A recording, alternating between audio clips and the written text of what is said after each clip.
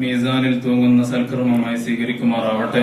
അല്ലാഹു നമ്മുടെ ഇൽമിനെ നാഫിയായ ഇൽമാക്കുമാറാകട്ടെ. നമ്മുടെ സതുദ്ദേശങ്ങളെ അല്ലാഹു സഫലമാക്കട്ടെ. നമ്മിൽ നിന്ന് പോയ ചെറുതും വലുതുമായ പാപങ്ങൾ അഖിലവും സർവശക്തനായ നാഥൻ വിട്ടുപുറത്തുമാപ്പാക്കട്ടെ. പ്രിയമുള്ളവരെ, കഴിഞ്ഞ 2 ക്ലാസ്സുകളിലായി മഹാനായ ആദം നബി അലൈഹിസ്സലാത്തു വസ്സലാമുമായി ബന്ധപ്പെട്ട ചരിത്രമാണ് നമ്മൾ വിശകലനം ചെയ്തത്. ശീസ അലൈഹിസ്സലാത്തു വസ്സലാമിന് ശേഷം പിന്നീട് വരുന്ന പ്രവാചകനാണ് മഹാനായ ഇദ്രീസ് അലൈഹിസ്സലാത്തു വസ്സലാം. ഇന്ന് ഇൻഷാ അല്ലാഹ് നമ്മൾ ചർച്ച ചെയ്യുന്നത് മഹാനായ ഇദ്രീസ് നബി അലൈഹിസ്സലാത്തു വസ്സലാമിനെ കുറിച്ചും നൂഹ് നബി അലൈഹിസ്സലാത്തു വസ്സലാമിനെ കുറിച്ചും. അല്ലാഹു വിശുദ്ധ ഖുർആനിൽ പറയുന്നു, വദ്കുർ ഫിൽ കിതാബി ഇദ്രീസ ഇന്നഹു കാന സിദ്ദീഖൻ നബിയ്യ വറഫഅനാഹു മകാനൻ അലിയ്യ. സൂറത്ത് മറിയമിൽ ഇദ്രീസ് അലൈഹിസ്സലാത്തു വസ്സലാമിനെ കുറിച്ച് അല്ലാഹു പറയുന്നു, വദ്കുർ ഫിൽ കിതാബി ഇദ്രീസ് നബിയെ നിങ്ങൾ ഓർക്കണം. ഇന്നഹു കാന സിദ്ദീഖൻ നബിയ്യ, വളരെ സത്യസന്ധനായ സത്യസന്ധത പുലർത്തിയിരുന്ന പ്രവാചകനാണ്. വറഫഅനാഹു മകാനൻ അലിയ്യ, മഹാനവറുകളെ നാം ഉന്നതമായ സ്ഥാനത്തിലേക്ക് ഉയർത്തിയിട്ടുണ്ട്. മഹാനായ ഇദ്രീസ് നബി അലൈഹിസ്സലാത്തു വസ്സലാം ആദം നബി അലൈഹിസ്സലാത്തു വസ്സലാമിന് ശേഷം ശീസ് നബി അലൈഹിസ്സലാത്തു വസ്സലാമിന് ശേഷം നബുവത്ത് നൽകപ്പെട്ട മൂന്നാമത്തെ നബിയാണ്. മഹാനവറുകൾ ആദം നബി അലൈഹിസ്സലാത്തു വസ്സലാമുമായി 380 വർഷം ഒന്നിച്ച് ജീവിച്ചിട്ടുണ്ട്. 308 വർഷം, 380 അല്ല, 308 വർഷക്കാലം മഹാനായ ആദം നബി അലൈഹിസ്സലാത്തു വസ്സലാമുമായി ജീവിച്ചിട്ടുണ്ട്. ആദം നബി വഫാത്താവുന്നതിന്റെ 308 വർഷം മുന്നെയാണ് ആര് ജനിക്കുന്നത്? മഹാനായ ഇദ്രീസ് നബി അലൈഹിസ്സലാത്തു വസ്സലാം ജനിക്കുന്നത്. ഇദ്രീസ് നബിയെ കുറിച്ച് കൂടുതലൊന്നും ഖുർആനിലോ സുന്നത്തിലോ നമുക്ക് കാണാൻ സാധ്യമല്ല. പല അമ്പിയാക്കളെ കുറിച്ചും അങ്ങനെ കൂടുതൽ പരാമർശം കാണില്ല. നമ്മൾ ആദം നബിയിൽ നിന്ന് വന്നതുകൊണ്ടാണ് ഞാൻ അങ്ങനെ പറയുന്നത്. ആദം നബിയെ കുറിച്ച് ഒരുപാട് പറയുന്നുണ്ട്. ആദം നബിയുമായി ബന്ധപ്പെട്ട തഫ്സീറുകൾ നമുക്ക് ഒരുപാട് കാണാൻ സാധിക്കും. മനുഷ്യ അബുൽ ബഷറാണ്, ഖലീഫയാണ് അള്ളാഹുവിന്റെ ഭൂമിയിലേക്കുള്ള. അപ്പൊ അതുമായി ബന്ധപ്പെട്ട് ഇബ്ലീസുമായി ബന്ധപ്പെട്ടൊക്കെ അത് പല ആവർത്തി ഖുർആനിൽ പല രീതിയിൽ അവതരിപ്പിക്കപ്പെട്ടിട്ടുണ്ട്. ഇദ്രീസ് നബി അലൈഹി സ്വലാത്തു വസ്സലാമൊക്കെ വന്നത് മുഅ്മിനീങ്ങളായ സമൂഹത്തിലേക്ക് തന്നെയാണ്. അതുകൊണ്ട് അവിടെ സമൂഹമായിട്ടുള്ള പ്രശ്നങ്ങളോ ദഅവത്തോ കാര്യമൊന്നും അവിടെ നടക്കുന്നില്ല. അള്ളാഹു ചില നബിമാരെ എങ്ങനെ നിയോഗിച്ചു പോരുന്നു. മഹാനായ നൂഹ് നബി അലൈഹി സ്വലാത്തു വസ്സലാമിന്റെ കാലം വരെയും കുഫറില്ല. ഒരു ഹദീസിൽ പറയുന്നുണ്ട്, മഹാനായ ആദം നബി അലൈഹി സ്വലാത്തു വസ്സലാമിന്റെയും നൂഹ് നബിയുടെയും ഇടയിൽ കാന അശ്റത്തു ഖുറൂനിൻ, 10 കർണുകളുണ്ട്. കുല്ലുഹും അലൽ ഇസ്ലാം എന്ന്, അവരൊക്കെയും ഇസ്ലാമിന്റെ മേലിലായിരുന്നു എന്ന് മഹാനായ ഇബ്നു അബ്ബാസ് റളിയല്ലാഹു അൻഹു റിവായത്ത് ചെയ്യുന്ന ഹദീസിൽ കാണാൻ സാധിക്കും. ആദം നബി മുതൽ നൂഹ് നബി എത്തുന്നത് വരെയും ഇസ്ലാം തന്നെയുള്ളൂ. അപ്പൊ അതുകൊണ്ട് തന്നെ അതിന്റെ ഇടയിൽ വന്ന ഇദ്രീസ് നബിയുടെ ജീവിതത്തിലും കാര്യമായ സമൂഹവുമായി ഇടപെട്ട പ്രശ്നങ്ങളോ കാര്യങ്ങളോ ഒന്നുമില്ല. നബിമാർക്ക് ദഅവത്തിന്റെ ഉത്തരവാദിത്വം ഇല്ല, അല്ലെ? അവർക്ക് അല്ലാഹു വഹ്യ് നൽകുന്ന പല കാര്യങ്ങളും അവർ ചെയ്യുന്നു. അതനുസരിച്ച് അവരെ ഒരുപാട് ആളുകൾ പിന്തുടരുന്നു. മഹാനവറുകളാണ് ആദ്യമായി എഴുത്ത് തുടങ്ങിയത് എന്ന് കാണാൻ സാധിക്കും. അതുവരെ എഴുത്തിന്റെ ആവശ്യം ഉണ്ടാവില്ല. അള്ളാഹു ഓരോന്നിങ്ങനെ മനുഷ്യനെ തോന്നിപ്പിച്ചു കൊടുക്കുകയാണല്ലോ. എഴുത്തിന്റെ ആവശ്യം മനുഷ്യന് വന്നത് മഹാനായ ഇദ്രീസ് നബി അലൈഹി സ്വലാത്തു വസ്സലാമിന്റെ കാലം മുതലാണ്. ആദ്യമായി പേന പിടിച്ചെഴുതിയത് ഇദ്രീസ് നബി അലൈഹി സ്വലാത്തു വസ്സലാമാണ് എന്നൊക്കെ ചരിത്രത്തിലും തഫ്സീറുകളിലൊക്കെ നമുക്ക് കാണാൻ സാധിക്കും. അദ്ദേഹം റഫഅനാഹു മകാനൻ അലിയ്യ, മഹാനവറുകളുടെ മരണവുമായി ബന്ധപ്പെട്ട് അല്ലെങ്കിൽ അദ്ദേഹത്തിന്റെ അവസാനവുമായി ബന്ധപ്പെട്ട് തഫ്സീറുകളിൽ പല അഭിപ്രായങ്ങൾ നമുക്ക് കാണാൻ സാധിക്കും. പ്രബലമായ അഭിപ്രായ പ്രകാരം മഹാനവറുകൾ ഇദ്രീസ് നബി അലൈഹി സ്വലാത്തു വസ്സലാമിനെ അള്ളാഹു വാനലോകത്തേക്ക് ഉയർത്തിയിരിക്കുകയാണ്. ഈസാ നബി അലൈഹി സ്വലാത്തു വസ്സലാമിനെ ഉയർത്തിയതുപോലെ. റഫഅനാഹു മകാനൻ അലിയ്യ എന്ന ആയത്തിന്റെ തഫ്സീറിലാണ്, അതുമായി ബന്ധപ്പെട്ട ചില ഹദീസുകളുടെയൊക്കെ വെളിച്ചത്തിലാണ് ഈ ചർച്ച മുന്നോട്ട് പോകുന്നത്. ചില പണ്ഡിതന്മാരുടെ അഭിപ്രായത്തിൽ റഫഅനാഹു മകാനൻ അലിയ്യ, ഉന്നതമായ സ്ഥാനത്തേക്ക് ഉയർത്തി എന്ന് പറഞ്ഞാൽ അത് നുബുവത്ത് കൊണ്ട്, സ്വീകാര്യത കൊണ്ട്, സ്ഥാനം കൊണ്ടൊക്കെ അള്ളാഹു ഉയർത്തി എന്നുള്ളല്ലാതെ അത് ശരീരത്തെ ഉയർത്തി എന്നല്ല എന്ന് ചില പണ്ഡിതന്മാർ പറയുന്നു. എന്നാൽ ചില ഹദീസുകളിലൊക്കെ വന്നിട്ടുണ്ട് മഹാനായ റസൂലുള്ളാഹി സ്വല്ലല്ലാഹു അലൈഹി വസല്ലമ തങ്ങളിലേക്ക് ചേരുന്ന ഒരു റിവായത്തിൽ ഇബ്നു അബ്ബാസ് റളിയല്ലാഹു അൻഹു കഅബ് അഹ്ബാർ റളിയല്ലാഹു അൻഹു ഒന്നിച്ചിരുന്ന് ചർച്ച ചെയ്യുന്ന ഒരു സംഭവം ഈ തഫ്സീറിന്റെ ഈ ആയത്തിന്റെ തഫ്സീറിൽ പരാമർശിക്കപ്പെട്ടിട്ടുണ്ട്. അതായത് അല്ലാഹു സുബ്ഹാനഹു വ തആല ഇദ്രീസ് നബി അലൈഹി സ്വലാത്തു വസ്സലാമിന് വഹി നൽകി. അദ്ദേഹം അമല് ചെയ്യാൻ വളരെ താല്പര്യമുള്ള ആളായിരുന്നു. അമല് ചെയ്യാൻ കൂടുതൽ താല്പര്യമുള്ള ആളായതുകൊണ്ട് തന്നെ അല്ലാഹു സുബ്ഹാനഹു വ തആല മഹാനവർക്ക് വഹി അറിയിച്ചു കൊടുത്തു. നിങ്ങൾക്ക് ഒരു ദിവസം അന്ന് ജീവിച്ചിരിക്കുന്ന മനുഷ്യർക്കൊക്കെ എത്ര അമല് ഉയർത്തപ്പെടുന്നോ അത്ര കണ്ട് അമല് നിങ്ങളിൽ നിന്ന് ഒരു ദിവസം സ്വീകരിക്കപ്പെടും. അപ്പൊ അത്രയും നിങ്ങൾക്ക് അമല് ചെയ്യാനുള്ള അവസരം സ്വീകാര്യത ഞാൻ തരുന്നു എന്ന് പറഞ്ഞപ്പോൾ ഇവർക്ക് കൂടുതൽ അമല് ചെയ്യാൻ താല്പര്യം. അങ്ങനെ മലക്കുൽ മൗത്തിനോടിന്റെ അജലൊന്ന് നീട്ടി തന്ന അത്രയും അമല് ചെയ്യാലോ എന്ന് മാനവറുകൾ ആഗ്രഹിക്കുകയും അങ്ങനെ ഇദ്രീസ് നബി അലൈഹി സ്വലാത്തു വസ്സലാം മലക്കുകളുമായി പരിചയമുള്ള ഒരു മലക്കിനോട് പറഞ്ഞു, എനിക്ക് മലക്കുൽ മൗത്തിനൊന്ന് കണ്ടിട്ട് സംസാരിക്കണം, നമ്മൾ സംസാരിക്കാൻ സഹായിക്കുമോ എന്ന് ചോദിച്ചു. അങ്ങനെ ആ മലക്ക് അദ്ദേഹവുമായി പോവുകയും അങ്ങനെ 4-ാം ആകാശത്ത് വെച്ച് മലക്കുൽ മൗത്തുമായി കണ്ടുമുട്ടുകയും അവിടെ വെച്ച് മലക്ക് കാര്യം പറഞ്ഞു. അങ്ങനെ ഇദ്രീസ് അലൈഹി സ്വലാത്തു വസ്സലാമങ്ങളോട് കാര്യം പറയാൻ പറഞ്ഞിട്ടുണ്ട്. അദ്ദേഹത്തിന്റെ അമലിൽ നിന്ന് ഓരോ ദിവസവും അന്ന് ജീവിച്ചിരിക്കുന്ന ആളുകളുടെ അത്രയും അമൽ അള്ളാഹു ഉയർത്തി കൊടുക്കും, സ്വീകരിക്കും എന്ന് പറഞ്ഞിട്ടുണ്ട്. എന്ന് പറഞ്ഞപ്പോ മഹാനവറുകൾ പറഞ്ഞു, ഞാൻ നോക്കട്ടെ, ഞാൻ എന്റെ അടുത്തല്ലല്ലോ ആയുസിന്റെ തീരുമാനം, എന്റെ റെക്കോർഡിൽ എന്താണെന്ന് നോക്കട്ടെ എന്ന് നോക്കിയപ്പോ മഹാനവറുകൾ പറഞ്ഞു, എന്റെ അടുത്തുള്ളത് ഇദ്രീസ് അലൈഹി സ്വലാത്തു വസ്സലാമിന് 4-ാം ആകാശത്ത് വെച്ച് റൂഹ് പിടിക്കണം എന്നുള്ളതാണ്. ഞാനിത് മുമ്പ് കണ്ടപ്പോ ആലോചിച്ചിരുന്നു. അദ്ദേഹം പറഞ്ഞു, എങ്ങനെ 4-ാം ആകാശത്ത് വെച്ചെന്ന് പിന്നെ ഭൂമിയിൽ ജീവിക്കുന്ന ആളുടെ റൂഹ് പിടിക്കുമെന്ന് ഞാൻ ആലോചിച്ചിരുന്നു. അപ്പൊ ഇദ്രീസ് എവിടെ, ഇദ്രീസ് അലൈഹി സ്വലാത്തു വസ്സലാം എവിടെയെന്ന് ചോദിച്ചപ്പോ എന്റെ ചിറകിലുണ്ട് എന്ന് മലക്ക് പറയുകയും അങ്ങനെ മലക്ക് ചോദിച്ചു, ഇദ്ദേഹത്തിന് ഇനി എത്ര ആയുസ് ബാക്കിയുണ്ടെന്ന് ചോദിച്ചപ്പോ ഒരു ലഹ്ള മാത്രമേ ബാക്കിയുള്ളൂ എന്ന് പറയുകയും തിരിഞ്ഞു നോക്കുമ്പോഴേക്കും അദ്ദേഹം മരണപ്പെട്ടിരുന്നു എന്ന് ഹദീസിൽ കാണാൻ സാധിക്കും. അലൈഹിസ്സലാം. അപ്പൊ അങ്ങനെ 4-ാം ആകാശത്ത് വെച്ച് റൂഹ് പിടിക്കുകയും അവിടെ അല്ലാഹു സുബ്ഹാനഹു വ തആല അദ്ദേഹത്തെ ആ ആകാശത്ത് നിലനിർത്തുകയും ചെയ്തു എന്നാണ് ഈ തഫ്സീർ പ്രകാരം നമ്മൾ മനസ്സിലാക്കുന്നത്. ചില പണ്ഡിതന്മാർ പറയുന്നു വറഫഅനാഹു മക്കാനൻ അലിയ എന്ന് പറഞ്ഞ 4-ാം ആകാശത്തേക്ക് ഉയർത്തി. കാരണം മിഅ്റാജിന്റെ രാത്രിയിൽ റസൂലുള്ളാഹി സ്വല്ലല്ലാഹു അലൈഹി വസല്ലം തങ്ങളെ ഇദ്രീസ് അലൈഹി സ്വലാത്തു വസ്സലാമിനെ 4-ാം ആകാശത്ത് വെച്ച് കാണുകയും സംസാരിക്കുകയും ഇദ്രീസ് നബിയെ സ്വാഗതം ചെയ്യുകയൊക്കെ ചെയ്ത് സഹിഹായ ഹദീസിൽ വന്നിട്ടുണ്ട്. അപ്പോ അന്ന് ഉയർത്തപ്പെട്ടിട്ട് എന്നേക്കുമായി അവിടെ ജീവനോടെ നിലനിൽക്കുകയാണ് എന്ന ഒരു അഭിപ്രായവും പ്രബലമായി തന്നെ നിലനിൽക്കുന്നുണ്ട്. ഏതായാലും 4-ാം ആകാശത്താണ് ഉള്ളത്. പല പണ്ഡിതന്മാരും പറയുന്നത് അദ്ദേഹത്തിന് റൂഹ് അല്ലാഹു പിടിച്ചിട്ടുണ്ട്, പക്ഷെ 4-ാം ആകാശത്തേക്ക് ഉയർത്തിയതിനു ശേഷമാണ്. ഈസാ നബിയെ ഭൂമിയിൽ നിന്ന് ജീവനോടെ ഉയർത്തി ഇന്നും ജീവിച്ചിരിക്കുന്നു. ഇദ്രീസ് അലൈഹി സ്വലാത്തു വസ്സലാമിനെ ജീവനോടെ ഉയർത്തി ആകാശത്ത് വെച്ച് റൂഹ് പിടിച്ച് അവിടെ അല്ലാഹു നിലനിർത്തിയിരിക്കുകയാണ്. ചില പണ്ഡിതന്മാർ എന്തും പറയുന്നു, മരണത്തിന്റെ വേദനയും മരണവും മനസ്സിലാക്കി കൊടുത്ത് വീണ്ടും അല്ലാഹു അദ്ദേഹത്തിന് റൂഹ് നൽകിയിട്ടാണ് അവിടെ ജീവിച്ചുകൊണ്ടിരിക്കുന്നത്. അങ്ങനെ 3 അഭിപ്രായങ്ങൾ ഈ വിഷയത്തിലുണ്ട്. ഏതായാലും 4-ാം ആകാശത്താണ് ആരുള്ളത്, മഹാനായ ഇദ്രീസ് നബി അലൈഹി സ്വലാത്തു വസ്സലാം ഉള്ളത്. ഇത്തരം കാര്യങ്ങളാണ് മഹാനായ ഇദ്രീസ് നബി അലൈഹി സ്വലാത്തു വസ്സലാമുമായി ബന്ധപ്പെട്ട് ഖുർആനിൽ നിന്നും ഹദീസിൽ നിന്നും നമുക്ക് മനസ്സിലാക്കാനുള്ളത്. ഇൻഷാ അല്ലാഹ് നമുക്കടുത്ത് നൂഹ് നബി അലൈഹി സ്വലാത്തു വസ്സലാമിലേക്ക്. നൂഹ് നബി അലൈഹി സ്വലാത്തു വസ്സലാം ഞാൻ നേരത്തെ സൂചിപ്പിച്ചതുപോലെ ആദം നബി അലൈഹി സ്വലാത്തു വസ്സലാമിന്റെ കാലശേഷമാണ് നൂഹ് നബി ജനിക്കുന്നത്. 126 വർഷങ്ങൾക്ക് ശേഷം ആദം നബി വഫാത്തായി 126 വർഷങ്ങൾക്ക് ശേഷമാണ് അവർ ജനിക്കുന്നത്, മഹാനായ നൂഹ് നബി അലൈഹി സ്വലാത്തു വസ്സലാം. നൂഹ് നബിയുടെയും ആദം നബിയുടെയും ഇടയിൽ 8 പിതാക്കന്മാരുണ്ട്. 8 പിതാക്കന്മാരുടെ ഗ്യാപ്പ് ഉണ്ട്. ആര് തമ്മില്? ആദം നബി അലൈഹി സ്വലാമും നൂഹ് നബി അലൈഹി സ്വലാത്തു വസ്സലാം. ഞാൻ നേരത്തെ പറഞ്ഞ പോലെ നബി സല്ലല്ലാഹു അലൈഹി വസല്ലം തങ്ങൾ പറഞ്ഞു അവർക്കിടയിൽ 10 ഖുറൂനിൻ. അപ്പൊ അത് 1000, നമ്മളൊരു ഖർൻ എന്ന് പറഞ്ഞാൽ ഒരു നൂറ്റാണ്ട് എന്ന അർത്ഥം പറയാറുണ്ട്, ഒരു തലമുറ എന്നും പറയാറുണ്ട്. ഖൈറുൽ ഖുറൂനി ഖർനി സുമ്മല്ലദീന യലൂനഹും സുമ്മല്ലദീന യലൂനഹും. ഏറ്റവും നല്ല നൂറ്റാണ്ട്, ഏറ്റവും നല്ല തലമുറ എന്റെ തലമുറയാണ്. അത് കഴിഞ്ഞ് വേറെ സുമ്മല്ലദീന യലൂനഹും സുമ്മല്ലദീന, പിന്നെ അതിനോടടുത്തത്, പിന്നെ അതിനോടടുത്തത്, അങ്ങനെ ഓരോ തലമുറകൾ എന്ന അർത്ഥത്തിലും പറയാറുണ്ട്, നൂറ്റാണ്ട് എന്ന അർത്ഥത്തിലും പറയാറുണ്ട് ഖർൻ എന്ന പദം. അപ്പൊ 2 അർത്ഥത്തിലും ഈ നബി സല്ലല്ലാഹു അലൈഹി വസല്ലം തങ്ങളുടെ 10 നൂറ്റാണ്ട് അല്ലെങ്കിൽ 10 ഖർൻ എന്ന വാക്കിനെ പണ്ഡിതന്മാർ വിശദീകരിച്ചിട്ടുണ്ട്. അപ്പോ നൂറ്റാണ്ട് എന്ന അർത്ഥത്തിലാവുമ്പോ അവർ തമ്മിൽ 1000 വർഷത്തിന്റെ വ്യത്യാസമുണ്ട്. അതല്ല തലമുറ എന്ന് പറയുമ്പോൾ ഭയങ്കര വ്യത്യാസമായിരിക്കും. കാരണം അന്നത്തെ ആളുകൾക്ക് ഭയങ്കര ആയുസ്സാണ്. ആദം നബിയുടെ ആയുസ് 1000.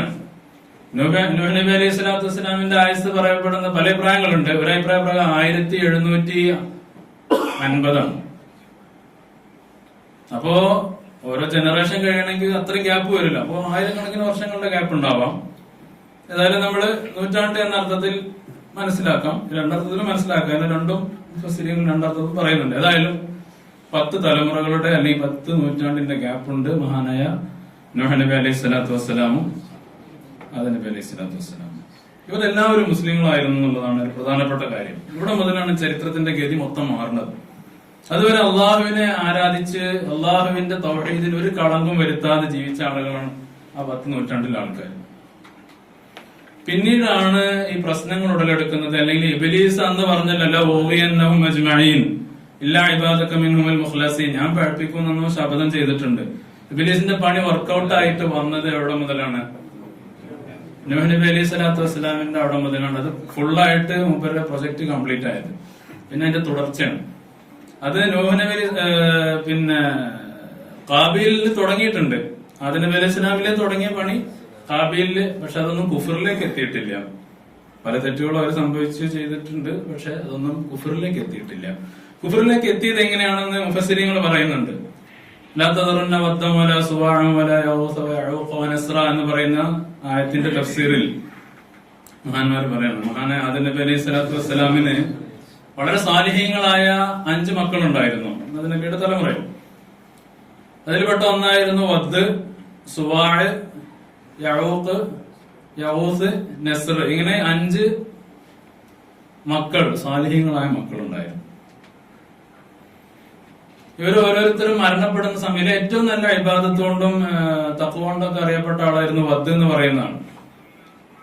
ഈ വദ് സമൂഹത്തില് അംഗീകാരമുള്ള ആളുകൾ പിൻപറ്റുന്ന തഖ്വ കൊണ്ട് അറിയപ്പെട്ട ആളായിരുന്നു. അങ്ങനെ അദ്ദേഹം മരണപ്പെട്ടപ്പോ അതേപോലെ മറ്റു ആളുകൾ നസർ എന്നൊക്കെ പറയുന്ന ഈ മക്കളൊക്കെ മരണപ്പെട്ടപ്പോ സ്വാഭാവികമായിട്ടും നമ്മളൊക്കെ നമ്മുടെ നേതാക്കന്മാരാരെയും മരിച്ചാൽ നമ്മളിൽ അറിയപ്പെട്ട ആദ്യമായി തഖ്വയിലൊക്കെ അറിയപ്പെട്ട മരിച്ചാൽ നമുക്ക് സങ്കടം ഉണ്ടാവും, സ്നേഹിക്കുന്നവർ. അങ്ങനെ എല്ലാവരും സങ്കടം ഉണ്ടായ സമയത്ത് ഇബ്ലീസ് മനുഷ്യരൂപത്തിൽ വന്നു എന്നാണ്. ഇബ്ലീസ് മനുഷ്യരൂപത്തിൽ വന്നിട്ട് പറഞ്ഞു, നിങ്ങളെ കൂട്ടത്തിലെ കാര്യപ്പെട്ട ആൾക്കാരാണ് മരണപ്പെട്ടിട്ടുള്ളത്, നിങ്ങൾ അവരെ ഓർക്കണ്ടേ? തീർച്ചയായിട്ടും വേണം എന്നൊക്കെ പറഞ്ഞു. അങ്ങനെ കാലം അങ്ങനെ വൈകും തോറും ആളുകൾ നമ്മൾ മറക്കും. നമ്മുടെ നാട്ടിൽ നിന്നൊരു കൊല്ലായി നമ്മളെ പെണ്ണുങ്ങളെ മുഖം നമ്മൾ മറന്നുപോയിണ്ടാവും ഇല്ലേ? കുട്ടികളെ മറന്നുപോയിണ്ടാവില്ലേ? ഇപ്പൊ IMO ഒക്കെ ഉണ്ടായതുകൊണ്ട് എല്ലാവരും കണ്ട് സംസാരിക്കുന്നുണ്ട്, സ്കൈപ്പ് ഒക്കെ ഉണ്ടായിട്ടുണ്ട് അല്ലെ? പക്ഷെ നമ്മൾ മറക്കും, സ്വാഭാവികമാണ്. കൃത്യമായിട്ടൊന്നും ഓർക്കുണ്ടാവില്ല അല്ലെ? ഏറെക്കുറെ ഓർമ്മയിലായിരിക്കും. എന്ന പോലെ കാലം വൈകിയപ്പോ ആളുകൾ ഈ സാലിഹ്യങ്ങൾ മറന്നു. അപ്പൊ ഇബ്ലീസ് വീണ്ടും വന്നു. ഇബ്ലീസ് വന്നിട്ട് പറഞ്ഞു, നമുക്ക് അവരൊരു ഫോട്ടോ രൂപം വരച്ചുണ്ടാക്കിയാൽ എങ്ങനെ ഉണ്ടാവുന്നുണ്ട്, നമ്മളൊന്നും ചെയ്യണ്ട, നമുക്കൊരു ഫോട്ടോ ഇവിടെ വെച്ചാല്. അപ്പൊ അവര് അംഗീകരിച്ചു, ഫോട്ടോ വെച്ചു. തഫ്സീറിലാണ് നോക്ക്. അവര് ഫോട്ടോ വെച്ചു. ആ ജനറേഷൻ ഒരു ശരിക്കും ഒരു പ്രശ്നമൊന്നും ചെയ്തിട്ടില്ല. അവര് തലമുറ കഴിഞ്ഞപ്പോ അടുത്ത ജനറേഷൻ എത്തിയപ്പോ പറഞ്ഞ് അവരെ രൂപം കൊത്തി ഉണ്ടാക്കിയിട്ട് നമുക്ക് നമ്മളെല്ലാവരും കൂടുന്നിടത്തൊരു മജ്‌ലിസിൽ വെച്ചാൽ എങ്ങനെ ഉണ്ടാവും? കുഴപ്പമില്ല, കാര്യപ്പെട്ട ആൾക്കാരല്ലേ എന്ന് പറഞ്ഞിട്ട് അത് സമ്മതിച്ചു. പിന്നീട് ഇബ്ലീസ് പറഞ്ഞു, നമ്മളിപ്പോ ഏറെ കാണണമെങ്കിലും ഓർക്കണമെങ്കിലും മജ്‌ലിസിലേക്ക് വരണ്ടേ? എന്താ അവനാന്റെ വീട്ടിൽ തന്നെ ഓരോന്നും ഉണ്ടാക്കിയാല്? അങ്ങനെ ഓരോരുത്തരും അവരവരുടെ വീട്ടിൽ ഈ വദ്, സുവാഅ്, യഗൂസ്, യഊഖ്, നസ്ർ എന്ന് പറയുന്ന ആളുകളുടെയൊക്കെ ശില്പങ്ങൾ ഉണ്ടാക്കുകയും അത് വെക്കുകയും ചെയ്തു. ഇബാദത്ത് തുടങ്ങിയിട്ടില്ല. അടുത്ത ജനറേഷൻ ആയപ്പോ ഇബ്ലീസ് പറഞ്ഞു, നിങ്ങളെ വാപ്പാരമ്പരൊക്കെ ഇവരെ കൊണ്ട് ഇവരോടാണ് ആരാധിരുന്നത്, ഇവര് കാരണമാണ് മഴ കിട്ടിയിരുന്നത്, അവരെ ആരാധിക്കാത്തെന്താ എന്ന് പറഞ്ഞ് ഗ്യാപ്പ് വന്നു. കാരണം വർഷങ്ങളുടെ ഗ്യാപ്പ് ഉണ്ടല്ലോ, അതൊന്നും ഒരു ഒരാഴ്ച കൊണ്ട് വരുന്നതല്ല. സ്വാഭാവികമായും സമൂഹം ക്രമേണ എന്ത് ചെയ്തു? ഈ വിഗ്രഹങ്ങളെ ആരാധിക്കാൻ തുടങ്ങി. അങ്ങനെ വിഗ്രഹ ആരാധന ഭൂമിയിൽ ഉടലെടുക്കുകയും അങ്ങനെ അത് വ്യാപിക്കുകയും സമൂഹത്തിലെ വലിയൊരു ശതമാനം ആളുകളും വിഗ്രഹാരാധകരായി മാറുകയും ചെയ്യുന്ന സമയത്താണ് മഹാനായ നൂഹ് നബി അലൈഹി സ്വലാത്തു വസ്സലാമിന് അല്ലാഹു വഹി നൽകി. ആദ്യത്തെ മുർസല് മഹാനായ നൂഹ് നബി അലൈഹി സ്വലാത്തു വസ്സലാം. ആദ്യത്തെ മുർസൽ മഹാനായ നൂഹ് നബി അലൈഹി സ്വലാത്തു വസ്സലാം. ഇന്നാ ഔഹൈനാ ഇലൈക കമാ ഔഹൈനാ ഇലാ നൂഹിൻ വല്ലദീന മിൻ ബഅദി. നൂഹ് നബിയിലേക്കും ശേഷം വന്ന പ്രവാചകരിലേക്കൊക്കെ നൽകപ്പെട്ടതുപോലുള്ള വഹയാണ് നിങ്ങൾക്ക് നൽകുന്നത് എന്ന് പറയുന്നു. അപ്പൊ അതിന്റെ തഫ്സീറിൽ പണ്ഡിതന്മാർ പറയണം, അവലു മുർസലിൻ, അലൽ ഇത്ലാഖ് ആരാണ്? മഹാനായ നൂഹ് നബി അലൈഹി സ്വലാത്തു വസ്സലാം സമൂഹത്തിലേക്ക് ഇറങ്ങിയത് പ്രവർത്തിച്ചൊക്കെ വരാൻ പോകുന്നുണ്ട്. അപ്പൊ അങ്ങനെയാണ് അതിന്റെ തുടക്കം. ഇത് പല റിവായത്തുകളിലായി വന്നിട്ടുണ്ട്. ഈ സംഭവങ്ങളൊക്കെ ഇങ്ങനെ വിഗ്രഹാരാധന ഉടലെടുത്തത് കൊണ്ടാണ് മഹാനബി നബി അലൈഹി സ്വലാത്തു വസ്സലാമിനെ അള്ളാഹു റിസാലത്ത് നൽകി പറഞ്ഞയച്ചത്. റസൂലുള്ളാഹി സ്വല്ലല്ലാഹു അലൈഹി വസല്ലം തങ്ങളുടെ ഹിജ്റയുടെ ആദ്യഘട്ടത്തില് മഹദിയായ ഉമ്മു സലമ റളിയല്ലാഹു തആല അൻഹ, ഉമ്മു ഹബീബ റളിയല്ലാഹു തആല അൻഹ ഇവരൊക്കെ ഹബശയിലേക്ക് ഹിജ്റ പോയിരുന്നു. ഹബശയിൽ ഹിജ്റ പോയപ്പോൾ അവിടെ ക്രിസ്ത്യാനിറ്റിയാണ് ഉള്ളത്. ജസീറത്തുൽ അറബിൽ വിഗ്രഹാരാധന വളരെ അപൂർവമായ സമയങ്ങളിൽ മാത്രം ഒറ്റപ്പെട്ടേ ഉണ്ടായിട്ടുള്ളൂ. പക്ഷെ അതൊരു സ്ഥിരം സംവിധാനമായി ലോകത്തിന്റെ പല ഭാഗത്തും ഉണ്ട് പണ്ട് മുതലേ. ബാബിലോണിയയിൽ, പിന്നെ എത്യോപ്യ, റസൂലുള്ളാഹിന്റെ കാലത്ത് അവിടെയൊക്കെ. അപ്പൊ അവിടെ ചെന്നപ്പോ അവര് ഈ ചർച്ചകളിലൊക്കെ കണ്ടു മറിയമിന്റെയും അതുപോലെ തന്നെ ഈസാ നബിയുടെയും ഒക്കെ അതുപോലെ തന്നെ പല ആൾക്കാരെയും വിഗ്രഹങ്ങളും കൊത്തുപണികളൊക്കെ കണ്ട് ആർക്ക് കൗതുകം തോന്നി. മതിയായ ഉമ്മു സലമ ബീവിക്കും ഉമ്മു ഹബീബ റളിയല്ലാഹു തആല അൻഹക്കൊക്കെ കൗതുകം കണ്ടിട്ട് നബി സല്ലല്ലാഹു അലൈഹി വസല്ലം തങ്ങളോട് പറഞ്ഞു, അവര് നല്ല രസമുണ്ട് അവരെ കൊത്തുപണി എന്നൊക്കെ കാണാനെന്ന് പറഞ്ഞു. അപ്പൊ റസൂലുള്ളാഹി സ്വല്ലല്ലാഹു അലൈഹി വസല്ലം തങ്ങൾ അവർക്ക് കഥ പറഞ്ഞു കൊടുത്തു. ഉലൈക ഇദാ മാത ഫീഹിം റജുലു സ്വാലിഹ് ബനു അലാ ഖബ്രിഹി മസ്ജിദൻ ثم صوروا فيه تلك الصورة ഉലൈക ശിറാറുൽ ഖൽഖി ഇൻദല്ലാഹ്. സഹീഹ് ബുഖാരിയിലും മുസ്ലിമിലും സ്ഥിരപ്പെട്ട ഹദീസാണ്. റസൂലുള്ളാഹി സ്വല്ലല്ലാഹു അലൈഹി വസല്ലം തങ്ങൾ പറഞ്ഞു, അവരുടെ ഇടയിലൊക്കെ ഒരു നല്ല മനുഷ്യന് മരിച്ചാൽ പിന്നെ അയാളുടെ ഖബറ് അമ്പലമാക്കി മാറ്റും. പിന്നെ ആ മരിച്ച ആളെ ആരാധിക്കാൻ തുടങ്ങും. ഉലൈക ശിറാറുൽ ഖൽഖി ഇൻദല്ലാഹ്. അല്ലാഹുവിന്റെ അടുത്ത് ഏറ്റവും മോശപ്പെട്ട ആളുകളാണ് ഈ പിന്നെ ഖബറുകളെ പൂജിക്കുന്ന, അവിടെ അമ്പലമായി മാറ്റുന്ന ആളുകൾ എന്ന് റസൂലുള്ളാഹി സ്വല്ലല്ലാഹു അലൈഹി വസല്ലം പറഞ്ഞു. മഹാനായ നൂഹ് നബി അലൈഹി സ്വലാത്തു വസ്സലാമാണ് ആദ്യത്തെ റസൂല് എന്നതിന് തെളിവായി ഒരു ഹദീസ് നമുക്ക് കാണാൻ സാധിക്കും. ഖിയാമത്ത് നാളിൽ എല്ലാവരും ഓരോ പ്രവാചകന്മാരിലേക്ക് ചെല്ലുന്ന കൂട്ടത്തിൽ നൂഹ് നബി അലൈഹി സ്വലാമിന്റെ അടുത്തും ചെല്ലും. അപ്പോ ജനങ്ങൾ പറയും, അൻത അവ്വലുർ റുസുലി ഇലാ അഹ്ലിൽ അർളി വസമ്മാകല്ലാഹു അബ്ദൻ ശകൂറ. അൻത അവ്വലുർ റുസുലി ഇലാ അഹ്ലിൽ അർള്. ഭൂമിയിലേക്ക് വന്ന ആദ്യത്തെ റസൂലാണ് അങ്ങ് എന്ന് ജനങ്ങൾ പറയും എന്ന് റസൂലുള്ളാഹി സ്വല്ലല്ലാഹു അലൈഹി വസല്ലം. അപ്പൊ ഈ ഹദീസ് കൊണ്ടും അതുപോലെ നേരത്തെ പറഞ്ഞ ആയത്ത് കൊണ്ടും ഒക്കെ മഹാനായ നൂഹ് നബി അലൈഹി സ്വലാത്തു വസ്സലാമാണ് ആദ്യത്തെ റസൂല് എന്ന് നമുക്ക് മനസ്സിലാക്കാൻ സാധിക്കും. നൂഹ് നബി അലൈഹി സ്വലാത്തു വസ്സലാം വളരെ കഷ്ടപ്പെട്ടാണ് ദഅവത്തിലേക്ക് വന്നത്. നൂഹ് നബി അലൈഹി സ്വലാത്തു വസ്സലാമിന് നുബുവത്ത് കിട്ടിയത് 50-ാം വയസ്സിലാണെന്ന് അഭിപ്രായമുണ്ട്, 460-ലാണെന്ന് അങ്ങനെ അഭിപ്രായമുണ്ട്. കാരണം വയസ്സ് സുദീർഘാണല്ലോ, അന്നത്തെ ആൾക്കാർക്കും അങ്ങനെയാണ്. അപ്പൊ അവർക്കിടയിൽ കുറെ കാലം ജീവിച്ച് അവരുടെതൊക്കെ മനസ്സിലാക്കിയതിന് ശേഷമാണ്.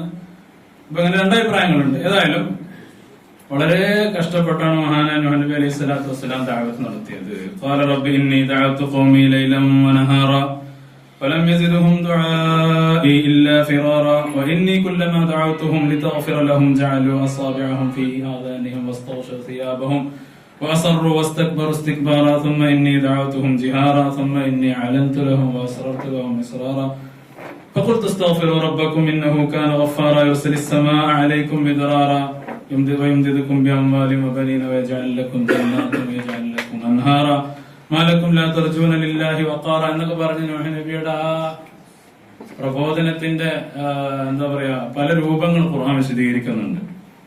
നൂഹ് നബി പറഞ്ഞു 950 വർഷക്കാലാണ് നൂഹ് നബി അലൈഹി സ്വലാത്തു വസ്സലാം ദഅവത്ത് ചെയ്തത്, അല്ലെ? ഫലബിസ ഫീ ഖൗമിഹി അൽഫ സനത്തിൻ ഇല്ലാ 50 ആമ. 1000 വർഷം, ഇന്ന് 50 കുറവ് എന്ന് പറഞ്ഞാൽ 950 വർഷമാണ് മഹാനായ നൂഹ് നബി അലൈഹി സ്വലാത്തു വസ്സലാം ദഅവത്ത് നടത്തി. ഇനി ദഅവത്ത് ഖൗമി ലൈലൻ വനഹാറ, രാവും പകലും 24 മണിക്കൂർ ഞാൻ ദഅവത്ത് നടത്തിയിട്ടുണ്ട്. ഫലം യസിദ്ഹും ദുആഇ ഇല്ലാ ഫിറാറ. എത്ര ക്ഷണിച്ചിട്ടും അവരൊക്കെ ഓടിപ്പോവാണ് ചെയ്തത്. വഇന്നി കുല്ലമാ ദഅവ്തുഹും ലിതഗ്ഫിറ ലഹും ജഅലു അസാബിഅഹും ഫീ ആദാനിഹിം വസ്തഗ്ശൂ സിയാബഹും വഅസറു വസ്തക്ബറു ഇസ്തിക്ബാറ. ഞാൻ എപ്പോ എന്തൊക്കെ പറയാൻ ശ്രമിച്ചാലും അവര് ചെവി പൊത്തിപ്പിടിക്കുകയും വസ്ത്രം കൊണ്ടൊക്കെ മൂടി എന്നെ കേൾക്കാനുള്ള യാതൊരു സന്നദ്ധതയില്ലാതെ അഹങ്കരിക്കുകയായിരുന്നു. ثم إني دعوتهم جهارا ثم إني أعلنت لهم وأسررت لهم إسرارا. പലപ്പോഴും പരസ്യമായി അതേപോലെ രഹസ്യമായി പല രീതിയിൽ എങ്ങനെയൊക്കെ അവരെ നിന്റെ തൗഹീദിലേക്ക് ക്ഷണിക്കാൻ പറ്റുമോ ഞാൻ ക്ഷണിച്ചിട്ടുണ്ട്. വഖുൽതു ഇസ്തഗ്ഫിറു, ഞാൻ പറയുകയും ചെയ്തു അവരോട്, ഇസ്തഗ്ഫിറു റബ്ബക്കും ഇന്നഹു കാന ഗഫാറ, നിങ്ങൾ കൂടുതലൊന്നും ചെയ്യണ്ട, ഇസ്തിഗ്ഫാർ ചെയ്താൽ അല്ലാഹു യുർസിലിസ്സമ ഇന്നഹു കാന ഗഫാറ, നിങ്ങളുടെ ദോഷങ്ങളൊക്കെ പുറത്തു തരും. യുർസിലിസ്സമ അലൈക്കും മിദ്റാറ, നിങ്ങൾക്ക് ഇഷ്ടം പോലെ അല്ലാഹു മഴ നൽകും. വയുംദിദുക്കും ബിഅംവാലിൻ വബനീൻ, നിങ്ങൾക്ക് മക്കളും സമ്പത്തും ഒക്കെ അല്ലാഹു നൽകും. വയജഅൽ ലക്കും ജന്നാത്തിൻ വയജഅൽ ലക്കും അൻഹാറ, നിങ്ങൾക്ക് പുഴകളും തോട്ടങ്ങളും ഒക്കെ അല്ലാഹു നൽകും. സൗഭാഗ്യങ്ങൾ മുഴുവൻ കിട്ടും. ഒരു പണി ചെയ്താൽ മതി, ഇത് ഇസ്തിഗ്ഫാർ ചെയ്താൽ മതി. നമ്മളെ സംബന്ധിച്ചിടത്തോളം ഏറ്റവും വലിയ പരിഹാരം അതാണ്. സൗഭാഗ്യങ്ങളായ സൗഭാഗ്യങ്ങളൊക്കെ വരുന്നത് അതിനുവേണ്ടി ധാരക്കുമ്പോഴല്ല, ഇസ്തിഗ്ഫാർ ചെയ്യുമ്പോഴാണ്. മക്കളില്ലാത്ത ആളുകൾക്കും എല്ലാവരും പറയുന്ന ആദ്യത്തെ പരിഹാരം എന്താണ്? ഇസ്തിഗ്ഫാറിനെ വർദ്ധിപ്പിക്കാനാണ്. ഏത് വലിയ കാര്യങ്ങളും നേടിയെടുക്കാൻ പറ്റും എന്ന് ഈ ആയത്തുകൊണ്ട് തന്നെ വളരെ വ്യക്തമാണ്. സൗഭാഗ്യങ്ങളെല്ലാം കിട്ടുന്നത് ഇസ്തിഗ്ഫാറിനുകൊണ്ടാണ്. അള്ളാഹു അങ്ങനെ ഓരോന്നിനും ഓരോ സബബ് വെച്ചിരിക്കുകയാണ്. കിട്ടുന്നൊരു കഥ ഓർമ്മ വന്നു. ചില ആയത്തുകൾക്ക് ഭയങ്കര പവറാണ്. ഒരു മഹതിയായ ഒരു സ്ത്രീ പഴയൊരു വീട്ടിലിങ്ങനെ ജീവിച്ചുകൊണ്ടിരിക്കുകയാണ്. അപ്പോ മുകളിൽ നിന്ന് ഇങ്ങനെ അതിങ്ങനെ കുറേശ്ശെ പഴകിയ വീടാണ്, അടർന്ന് വീണുകൊണ്ടിരിക്കുന്നുണ്ട്. അപ്പൊ ആ സ്ത്രീ ഇവരെ എഴുത്തെഴുതിയിട്ട് ആ ഒരു വിള്ളല് വന്ന ഭാഗത്ത് തിരികെ വെച്ചു എന്നാണ്. തിരികെ വെച്ചതിന് ശേഷം ആ സ്ത്രീ 20 വർഷം, പൊളിഞ്ഞാടാനെ വീടാണ്, 20 വർഷം ആ വീട്ടിൽ ജീവിച്ചു എന്നാണ്. അപ്പൊ ഈ സംഭവം ആർക്കറിയാം? മക്കൾക്കൊക്കെ അറിയാം. അമ്മ അങ്ങനെ എഴുതി വെച്ചതുകൊണ്ടാണ് എന്നുള്ള ഒരു അവർക്ക് അറിയണമെന്നുണ്ട്. അങ്ങനെ അമ്മ വഫാത്തായതിനു ശേഷം ഒരു മകൻ എന്ത് ചെയ്തു? ഇതെന്താന്ന് അറിയാൻ വേണ്ടി ആ പേപ്പർ എടുക്കലും ഫഹറ അലൈഹി മുസ്തഖ്, ആ വീട് പൊളിഞ്ഞാടിയെന്നാണ്. അങ്ങനെ പൊളിഞ്ഞാടിന്റെ ഇടയിൽ നിന്ന് എന്ത് ചെയ്തു? ഈ കടലാസ് പൊളിച്ച് എന്താന്ന് പറയണല്ലോ. അപ്പൊ അതിലൊരു ആയത്ത് എഴുതി വെച്ചിരിക്കുകയാണ്. ഇന്നല്ലാഹ യുംസിക്കു സമാവാതി വൽ അർള അൻ തസൂല വലഇൻ സാലത ഇൻ അംസകഹുമാ മിൻ ബഅദിഹി. ഒരായത്ത്, അതായത് അല്ലാഹു സുബ്ഹാനഹു വ തആലയാണ് ആകാശഭൂമികളെ താങ്ങി നിർത്തുന്നത്. അത് അല്ലാഹു താങ്ങണ്ടെന്ന് വിചാരിച്ചാൽ പിന്നെ അതൊരാൾക്കും താങ്ങാൻ കഴിയില്ല. അള്ളാഹുവിനോട് മനസ്സിലാക്കണം. അതാണ് ശരിക്കുള്ള മനസ്സിലാക്കലെന്നാണ്. ആകാശഭൂമിനെ താങ്ങാൻ കഴിയുന്ന റബ്ബിന് എന്തുകൊണ്ട് എന്റെ വീട് താങ്ങിക്കൂടാ? എഴുതി അവിടെ വെച്ചു, അവിടെ നിന്നു. സുബ്ഹാനല്ലാഹ്. അതേപോലെ ഓരോന്നിനും അങ്ങനെയാണ്. നമ്മൾ എങ്ങനെ മനസ്സിലാക്കുന്നു എന്നുള്ളതിനനുസരിച്ചാണ് റബ്ബന ഇൻദല്ലി അബ്ദി ബി എന്നാണ്. എന്നെ കുറിച്ച് നിങ്ങൾ എങ്ങനെ വിചാരിക്കണം, ഞാൻ അവിടെ ഉണ്ടെന്നാണ്. വല്ലാത്ത സംഭവമാണ്. മഹാനായ സക്കരിയ നബി അലൈഹി സ്വലാത്തു വസ്സലാം റബ്ബിലാ തദർനി ഫർദൻ വഅൻത ഖൈറുൽ വാരിസീൻ ദുആ ചെയ്യാൻ പറഞ്ഞു അല്ലേ? എന്നെ ഒറ്റക്കാക്കല്ല, എനിക്ക് സന്തതികളെ തരണേ. ഈ ദുആ 40 തവണ സുജൂദിൽ ചൊല്ലിയാല് മക്കളുണ്ടാവും ഉറപ്പാണെന്ന് ചില പണ്ഡിതന്മാർ പറയുന്നത് ഞാൻ കേട്ടിട്ടുണ്ട്. റബ്ബിലാ തദർനി ഫർദൻ വഅൻത ഖൈറുൽ വാരിസീൻ. അതൊക്കെ ആ വിശ്വാസമാണ്. ആ ആയത്തിന്റെ അർത്ഥം അതാണ് എന്ന് മനസ്സിലാക്കിയാൽ പിന്നെ റബ്ബ് സാധിപ്പിച്ചു തരും. അപ്പോ റബ്ബക്കും അവിടെ പോയത് അല്ലെ? റബ്ബക്കും. അപ്പൊ നമ്മൾ ഇസ്തിഗ്ഫാർ ചെയ്യുമ്പോൾ നമ്മുടെ മനസ്സിൽ ഇത് വേണം, എന്റെ കാര്യങ്ങളൊക്കെ റബ്ബ് നടത്തി തരും, എന്റെ ദോഷം പൊറുക്കാൻ മാത്രം പറഞ്ഞാൽ മതി എന്ന നെയ്യത്തോടു കൂടി പറഞ്ഞാൽ സമ്പത്തും സമൃദ്ധിയും മക്കളും എല്ലാ സൗഭാഗ്യങ്ങളും അല്ലാഹു നൽകുമാറാകട്ടെ. അപ്പോ ഇങ്ങനെ പല രീതിയിലും മഹാനായ നൂഹ് നബി അലൈഹി സ്വലാത്തു വസ്സലാം അവരൊക്കെ ക്ഷണിച്ചെങ്കിലും അവരുടെ പ്രതികരണം വളരെ നെഗറ്റീവായ അല്ലെങ്കിൽ വളരെ പിന്തിരിപ്പനായ മറുപടികൾ അവർ പറയും. ബുദ്ധിയുക്തിയൊന്നുമല്ല അവർ നേരിട്ടത്. നമ്രൂദിനെ ഇസ്ലാമിലേക്ക് ക്ഷണിച്ചപ്പോ കുറച്ച് യുക്തിയൊക്കെ അവൻ പറഞ്ഞു നോക്കി അല്ലേ? കുറച്ച് യുക്തിയൊക്കെ പറഞ്ഞു നോക്കി.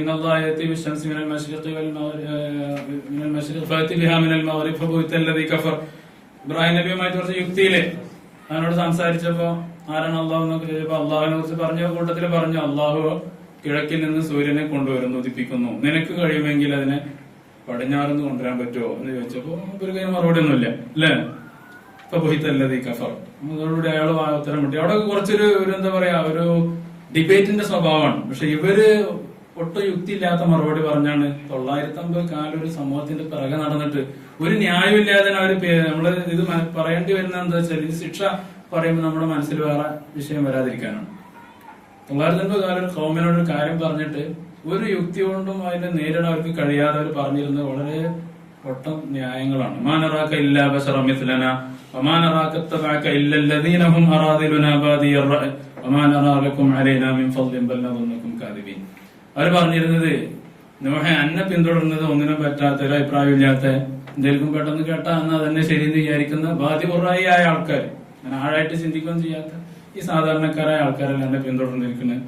അല്ല കഥയുണ്ടോ? അല്ലെങ്കിൽ കാര്യപ്പെട്ടവരൊക്കെ പിന്തുടർച്ച അപ്പൊ ആലോചിക്കാന്നർത്ഥം. അപ്പൊ അതും സത്യം തമ്മിൽ വല്ല ബന്ധമുണ്ടോ? സത്യം സത്യമാണെങ്കിൽ ആര് പിന്തുടർന്നുള്ളതല്ലോ. അതേപോലെ നൂഹ് നബി അലൈഹി സ്വലാത്തു വസ്സലാം അവരോട് പറഞ്ഞു, എനിക്കൊന്നും കിട്ടാനല്ല, നിങ്ങൾക്ക് ശിക്ഷ വരുന്നതിനെ പേടിച്ചുകൊണ്ടാണ്. മാ സലക്കും അലൈഹി മാലൻ ഇൻ അജ്രി ഇല്ലാ അലല്ലാഹ്, നിങ്ങൾക്കൊന്നും തരണ്ട, റബ്ബിനെ വിചാരിച്ചിട്ടാണ് പറയുന്നത്. നൂഹ് നബിയോട് അവർ പറഞ്ഞു, കൂടെയുള്ള ആൾക്കാരെ മുഴുവൻ ആട്ടി പറഞ്ഞാച്ചാൽ നമുക്ക് ആലോചിക്കാം. നൂഹ് നബി പറഞ്ഞു, മാ നബി ത്വാരിദില്ലദീന ആമനു ഇന്നഹും മുലാഖു റബ്ബിഹിം വലാകിന്നി അറാകും ഖൗമൻ തജഹലൂൻ. കൂടെയുള്ളവർ ആട്ടി വായിക്കാൻ നിങ്ങൾക്ക് കഴിയില്ല.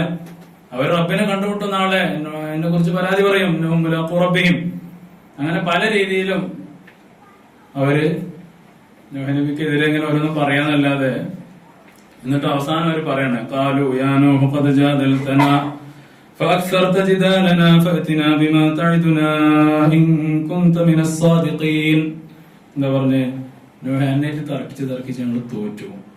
ഫഅതിനാ ബിമാ തഅദുനാ, കുറെ കാലമല്ലേ പറഞ്ഞേ അള്ളാഹുവിന്റെ ശിക്ഷ വരും, എന്നാ കൊണ്ടുപോവാ. ഫഅതിനാ ബിമാ തഅദുനാ ഇൻ കുൻത മിനസ് സാദിഖീൻ. ഖാല ഇന്നമാ യഅതീകും ബിഹില്ലാ ഇൻ ശാഅ വമാ അൻതും ബിമുഅ്ജിസീൻ. റബ്ബ് വിചാരിച്ചാലേ അത് വരും, നിങ്ങളൊന്നും അവന്റെ പുറത്തുനിന്ന് പോകില്ലട്ടോ എന്ന് മഹാനായ നൂഹ് നബി അലൈഹി സ്വലാത്തു വസ്സലാം പറഞ്ഞു. ഇവിടെ നൂഹ് നബിയുടെ ദുആ, ആദ്യ ഖൗമിനെതിരെ ഏറ്റവും ശക്തമായി ദ്വാരക്കുന്ന പ്രവാചകൻ നൂഹ് നബി അലൈഹി സ്വലാത്തു വസ്സലാമാണ്. ഒറ്റ നിന്നെ വിടരുത് റബ്ബേ, എല്ലാത്തവർ എന്താണ് ദയ്യാറ ഇന്നക ഇൻ തദർഹും യുദില്ലു ഇബാദക വലാ യലിദു ഇല്ലാ ഫാജിറൻ കഫാറ എന്നൊക്കെ പറയുന്നുണ്ടോ.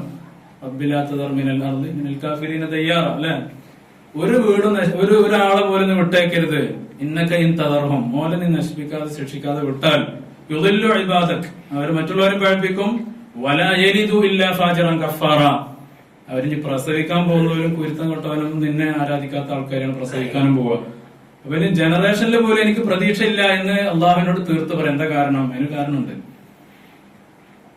നൂഹ് നബിയുടെ കാലത്തുള്ള ആളുകൾ എങ്ങനെയായിരുന്നു പറയാം, മരിക്കുമ്പോ വസിയത്ത് എന്താണ്? പ്രധാനമായിട്ടുള്ള ഒരു വസിയത്ത്, മോനെ എന്ത് സംഭവിച്ചാലും കുഴപ്പമില്ല, നൂഹിൽ വിശ്വസിക്കാൻ പാടില്ല എന്നാണ് പ്രധാനപ്പെട്ട അവരൊരു വസിയത്ത്. കുട്ടികൾ വളർന്ന് വലുതാവുമ്പോ തന്നെ പല കാര്യങ്ങളും പഠിപ്പിക്കുന്ന കൂട്ടത്തിൽ ആദ്യം പറയാൻ എന്താണ്, ഒരു മനുഷ്യൻ 100-200 കൊല്ലമായിട്ട് ഇങ്ങനെ ഒരു കാര്യം പറഞ്ഞെടുക്കുന്നുണ്ട്, ആ വഴിക്ക് തീരരുത് എന്നാണ്. അപ്പോ ജനറേഷനുകളെ പോലും ഈ രീതിയിൽ അവർ മാറ്റുന്ന രീതിയിലേക്ക് കുഫറിൽ അവരുടെ ആണ്ടുപോയിരുന്നു. അതുകൊണ്ടാണ് മഹാനായ നൂഹ് നബി അലൈഹി സ്വലാത്തു വസ്സലാം വലാ യലിദു ഇല്ലാ ഫാജിറൻ കഫാറ, ഫാജിരീങ്ങളും കാഫിരീങ്ങളും തെറ്റുകൾ ചെയ്യുന്ന ആളുകളുമായ ഒരു സമൂഹമാണ് ഇനി വരാനും പോകുന്നത് കൊണ്ട് ഒരാളിനെ വിട്ടേക്കരുതെന്നും ഗതിയില്ലാതെ വിഷമിച്ച് മഹാനായ നൂഹ് നബി അലൈഹി സ്വലാം ദുആ ചെയ്തു എന്നാണ്. അപ്പോ അള്ളാഹു ഈ ദുആ കേട്ടിട്ട് അള്ളാഹു പറഞ്ഞു, ഓഹിയ ഇലാ നൂഹിൻ അന്നഹു ലൻ യുഅ്മിന മിൻ ഖൗമിക ഇല്ലാ മൻ ഖദ് ആമൻ ഫലാ തബ്തഇസ് ബിമാ കാനൂ യഫ്അലൂൻ. നൂഹ് നബിയോട് പറഞ്ഞു, നൂഹ് നബി നിങ്ങൾ വിഷമിക്കല്ലേ, ഇന്നഹു ലൻ യുഅ്മിന മിൻ ഖൗമിക ഇല്ലാ മൻ ഖദ് ആമൻ, അവരെ വിശ്വസിച്ച ആൾക്കാരെ വിശ്വസിക്കുള്ളൂ. നിങ്ങൾ പ്രതീക്ഷയോടുകൂടി ചെല്ലുമ്പോഴല്ലേ നമുക്ക് നിരാശ വരിക. അവനോട് പറഞ്ഞിട്ട് കാര്യമില്ല എന്നുള്ള പോലത്തെ ഒരാളാണ് നമുക്കിവിടെ ടെൻഷൻ ഇല്ലല്ലോ. അള്ളാഹു പറഞ്ഞു, ഇനി ആരും വിശ്വസിക്കാൻ പോകുന്നില്ല, അതുകൊണ്ട് അടുത്ത സ്റ്റേജിലേക്ക് കടക്കാൻ നമുക്ക് അള്ളാഹു മഹാനായ നൂഹ് നബി അലൈഹി സ്വലാമിനോട് പറഞ്ഞു, നിങ്ങൾ വിഷമിക്കണ്ട, നിങ്ങൾ ടെൻഷൻ അടിക്കണ്ട. എന്നിട്ട് വസ്നഇൽ ഫുൽക ബിഅയുനിനാ വവഹ്യിനാ വലാ തുഖാതിബ്നി ഫില്ലദീന ളലമൂ ഇന്നഹും മുറഖൂൻ. ഇനി നിങ്ങൾ എന്ത് ചെയ്യണം, അടുത്ത സ്റ്റേജ് നമുക്ക് കപ്പൽ ഉണ്ടാക്കാം. വസ്നഇൽ ഫുൽക ബിഅയുനിനാ വവഹ്യിനാ വലാ തുഖാതിബ്നി ഫില്ലദീന ളലമൂ ഇന്നഹും മുറഖൂൻ. ഇനി നിങ്ങൾ കപ്പൽ ഉണ്ടാക്കണം. അപ്പൊ അവർക്ക് ഞാനൊരു ശിക്ഷ എടുത്തു വെച്ചിട്ടുണ്ടെന്ന് അള്ളാഹു ആദ്യം അറിയിപ്പ് കൊടുക്കണം. അപ്പോ ശിക്ഷ വരുന്ന സമയത്ത് നിങ്ങൾക്ക് മനസ്സറിയാൻ പാടില്ല എന്നാണ് അള്ളാഹു പറഞ്ഞത്. സ്വന്തം കോമാണ്, അവര് നരകത്തിലേക്ക് പോകുന്നത് പേടിച്ചിട്ടാണ് ഈ 950 കാലം നൂഹ് നബി ദഅവത്ത് ചെയ്തത്. പിന്നെ ഈ ശിക്ഷ വരുമ്പോ വേണ്ട എന്ന് പറയരുത്, അള്ളാഹു വിഷയത്തില് ഫൈനൽ തീരുമാനം എടുത്തു എന്നാണ്. കാരണം അത്രയും അള്ളാഹുവിന്റെ വഴിയിലേക്കൊന്നും തിരിഞ്ഞു നോക്കാൻ പോലും സന്നദ്ധല്ലാതെ 9ാം നൂറ്റാണ്ട് അല്ലെ ഒരു സമൂഹം നിന്നപ്പോ അത് അള്ളാഹുവിന്റെ തീരുമാനം ഫൈനലാണ്. വലാ തുഖാതിബ്നി ഫില്ലദീന ളലമൂ ഇന്നഹും മുറഖൂൻ, അവരെല്ലാം മുങ്ങാൻ പോവുകയാണ് എന്ന് അള്ളാഹു സുബ്ഹാനഹു വ തആല നൂഹ് നബി അലൈഹി സ്വലാമിനോട് പറഞ്ഞു. അങ്ങനെ നൂഹ് നബി അലൈഹി സ്വലാത്തു വസ്സലാം കപ്പലുണ്ടാക്കിക്കൊണ്ടിരിക്കുകയാണ്. ഇവിടെ വിശദീകരണങ്ങളുണ്ട്, നമ്മൾ അങ്ങോട്ട് വരും. വയസ്നഉൽ ഫുൽക കുല്ലമാ മറ അലൈഹി മലഉം മിൻ ഖൗമിഹി സഖറൂ മിൻ. അങ്ങനെ നൂഹ് നബി അലൈഹി സ്വലാത്തു വസ്സലാം ബാബിലോണിയയിൽ ഇറാഖിലാണ് നൂഹ് നബി ജീവിച്ചിരുന്നത്. അവിടെ കടലില്ല, അദ്ദേഹം ജീവിച്ചിരുന്ന ഭാഗത്തൊന്നും വെള്ളമില്ല, വെള്ളം കപ്പലുണ്ടാക്കേണ്ട യാതൊരു സാഹചര്യവും ഇല്ല. അപ്പൊ അതുകൊണ്ട് തന്നെ 950 കാലം നബിനെ മണ്ടനായി കണ്ട ആൾക്കാര് നബി ഇപ്പൊ അവസാനം ചെയ്യുന്നത് എന്താണ്? കപ്പലുണ്ടാക്കണം. അതെവിടെ? വെള്ളപ്പൊക്കമില്ല, ഒന്നുമില്ല, ഒരു പ്രശ്നമില്ല, ആവശ്യമില്ലാത്ത സ്ഥലത്ത് കപ്പലുണ്ടാക്കുന്നത് കണ്ടതോടുകൂടി അവരൊക്കെ പരിഹസിക്കാൻ തുടങ്ങി. അങ്ങനെ ആ പരിഹാസം കുറെ നീണ്ടു. കുല്ലമാറയും മലകുമ്മിൻ കോമിഹി സഹറൂമിൻ, ആളുകൾ പോകുമ്പോഴൊക്കെ പരിഹസിക്കാൻ തുടങ്ങി. അപ്പൊ നബി അലൈഹി സ്വലാം പറഞ്ഞു, നിങ്ങളിപ്പോ എന്നെ കണ്ട് പരിഹസിക്കുന്നുണ്ടെങ്കിൽ ഇതുപോലെ തിരിച്ച് നിങ്ങളെ പരിഹസിക്കാനുള്ള ഒരു അവസരം എനിക്ക് വരും എന്ന് നൂഹ് നബി അലൈഹി സ്വലാത്തു വസ്സലാം അവർക്ക് മുന്നറിയിപ്പ് നൽകി.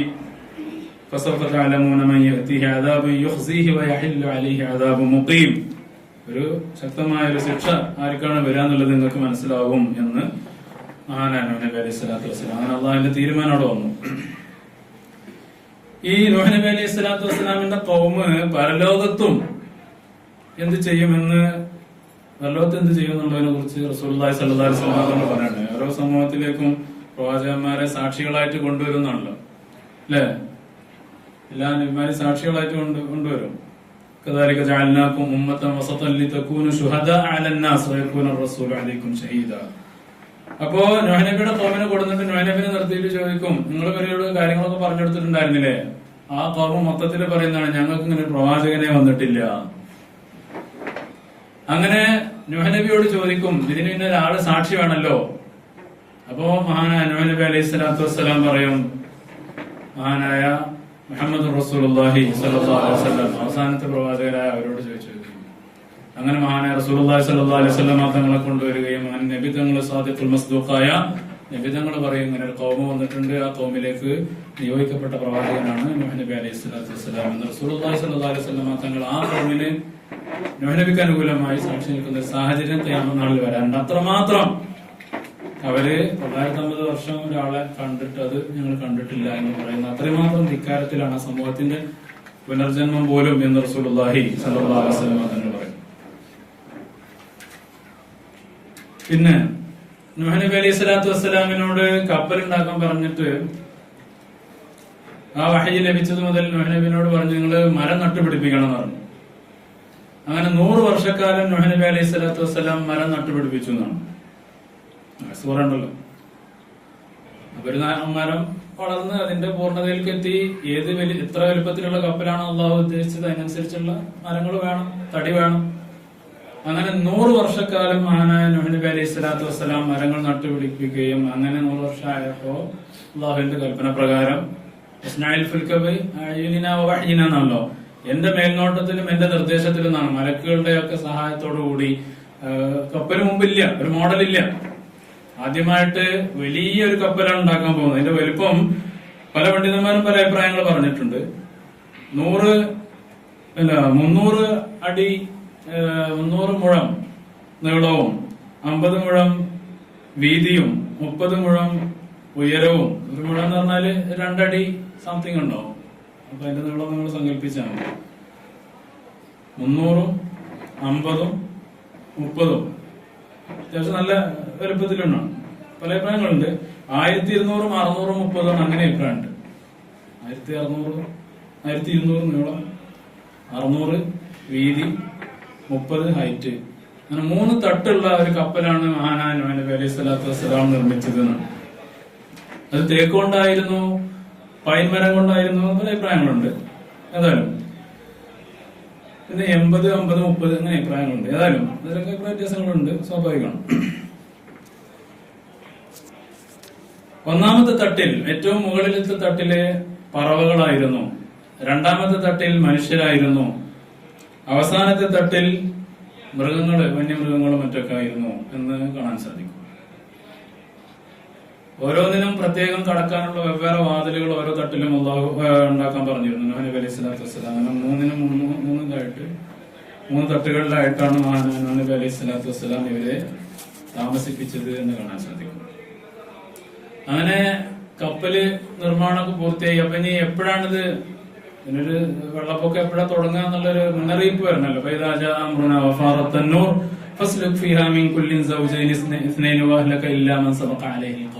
അങ്ങനെ അള്ളാഹിന്റെ കൽപ്പന വന്നു. ഒരു അടയാളമായി പല തഫ്സീറുകളുണ്ട് വഫാറത്ത് തന്നൂർ എന്ന് പറഞ്ഞാൽ, അതായത് അള്ളാഹു ആകാശത്തോട് മഴ വർഷിക്കാൻ പറഞ്ഞു, ഭൂമിയോട് ഉറവ പൊട്ടിക്കാനും പറഞ്ഞു. അങ്ങനെ ഭൂമിയിൽ നിന്ന് എല്ലാ ഉറവകളും കവിഞ്ഞൊഴുകി ആകാശത്ത് നിന്ന് നിർത്താതെ അല്ലാഹു മഴ വർഷിച്ചു. അങ്ങനെ ഭൂമി മുഴുവനും വെള്ളം കൊണ്ട് ആകെ വെള്ളപ്പൊക്കം ഉണ്ടായി. അങ്ങനെ ഈ അടുപ്പിൽ നിന്ന് പോലും ഉറവ വന്നു എന്നാണ് ചില പണ്ഡിതന്മാർ തന്നൂർ പറഞ്ഞ അടുപ്പ് എന്നാണ്, റൊട്ടിയൊക്കെ ഭക്ഷണം ഉണ്ടാക്കുന്ന അടുപ്പിൽ നിന്ന് പോലും ഉറവ വന്നാൽ മനസ്സിലാക്കിക്കോളി, കപ്പലിൽ വേഗം കയറ്റിക്കോളിയും, വെള്ളപ്പൊക്കമായി. അങ്ങനെ അടയാളമായിട്ട് നൂഹ് നബി അലൈഹി സ്വലാത്തു വസ്സലാമിന് പറഞ്ഞു കൊടുത്താണ് അടുപ്പിൽ നിന്ന് ഉറവ് വരിക.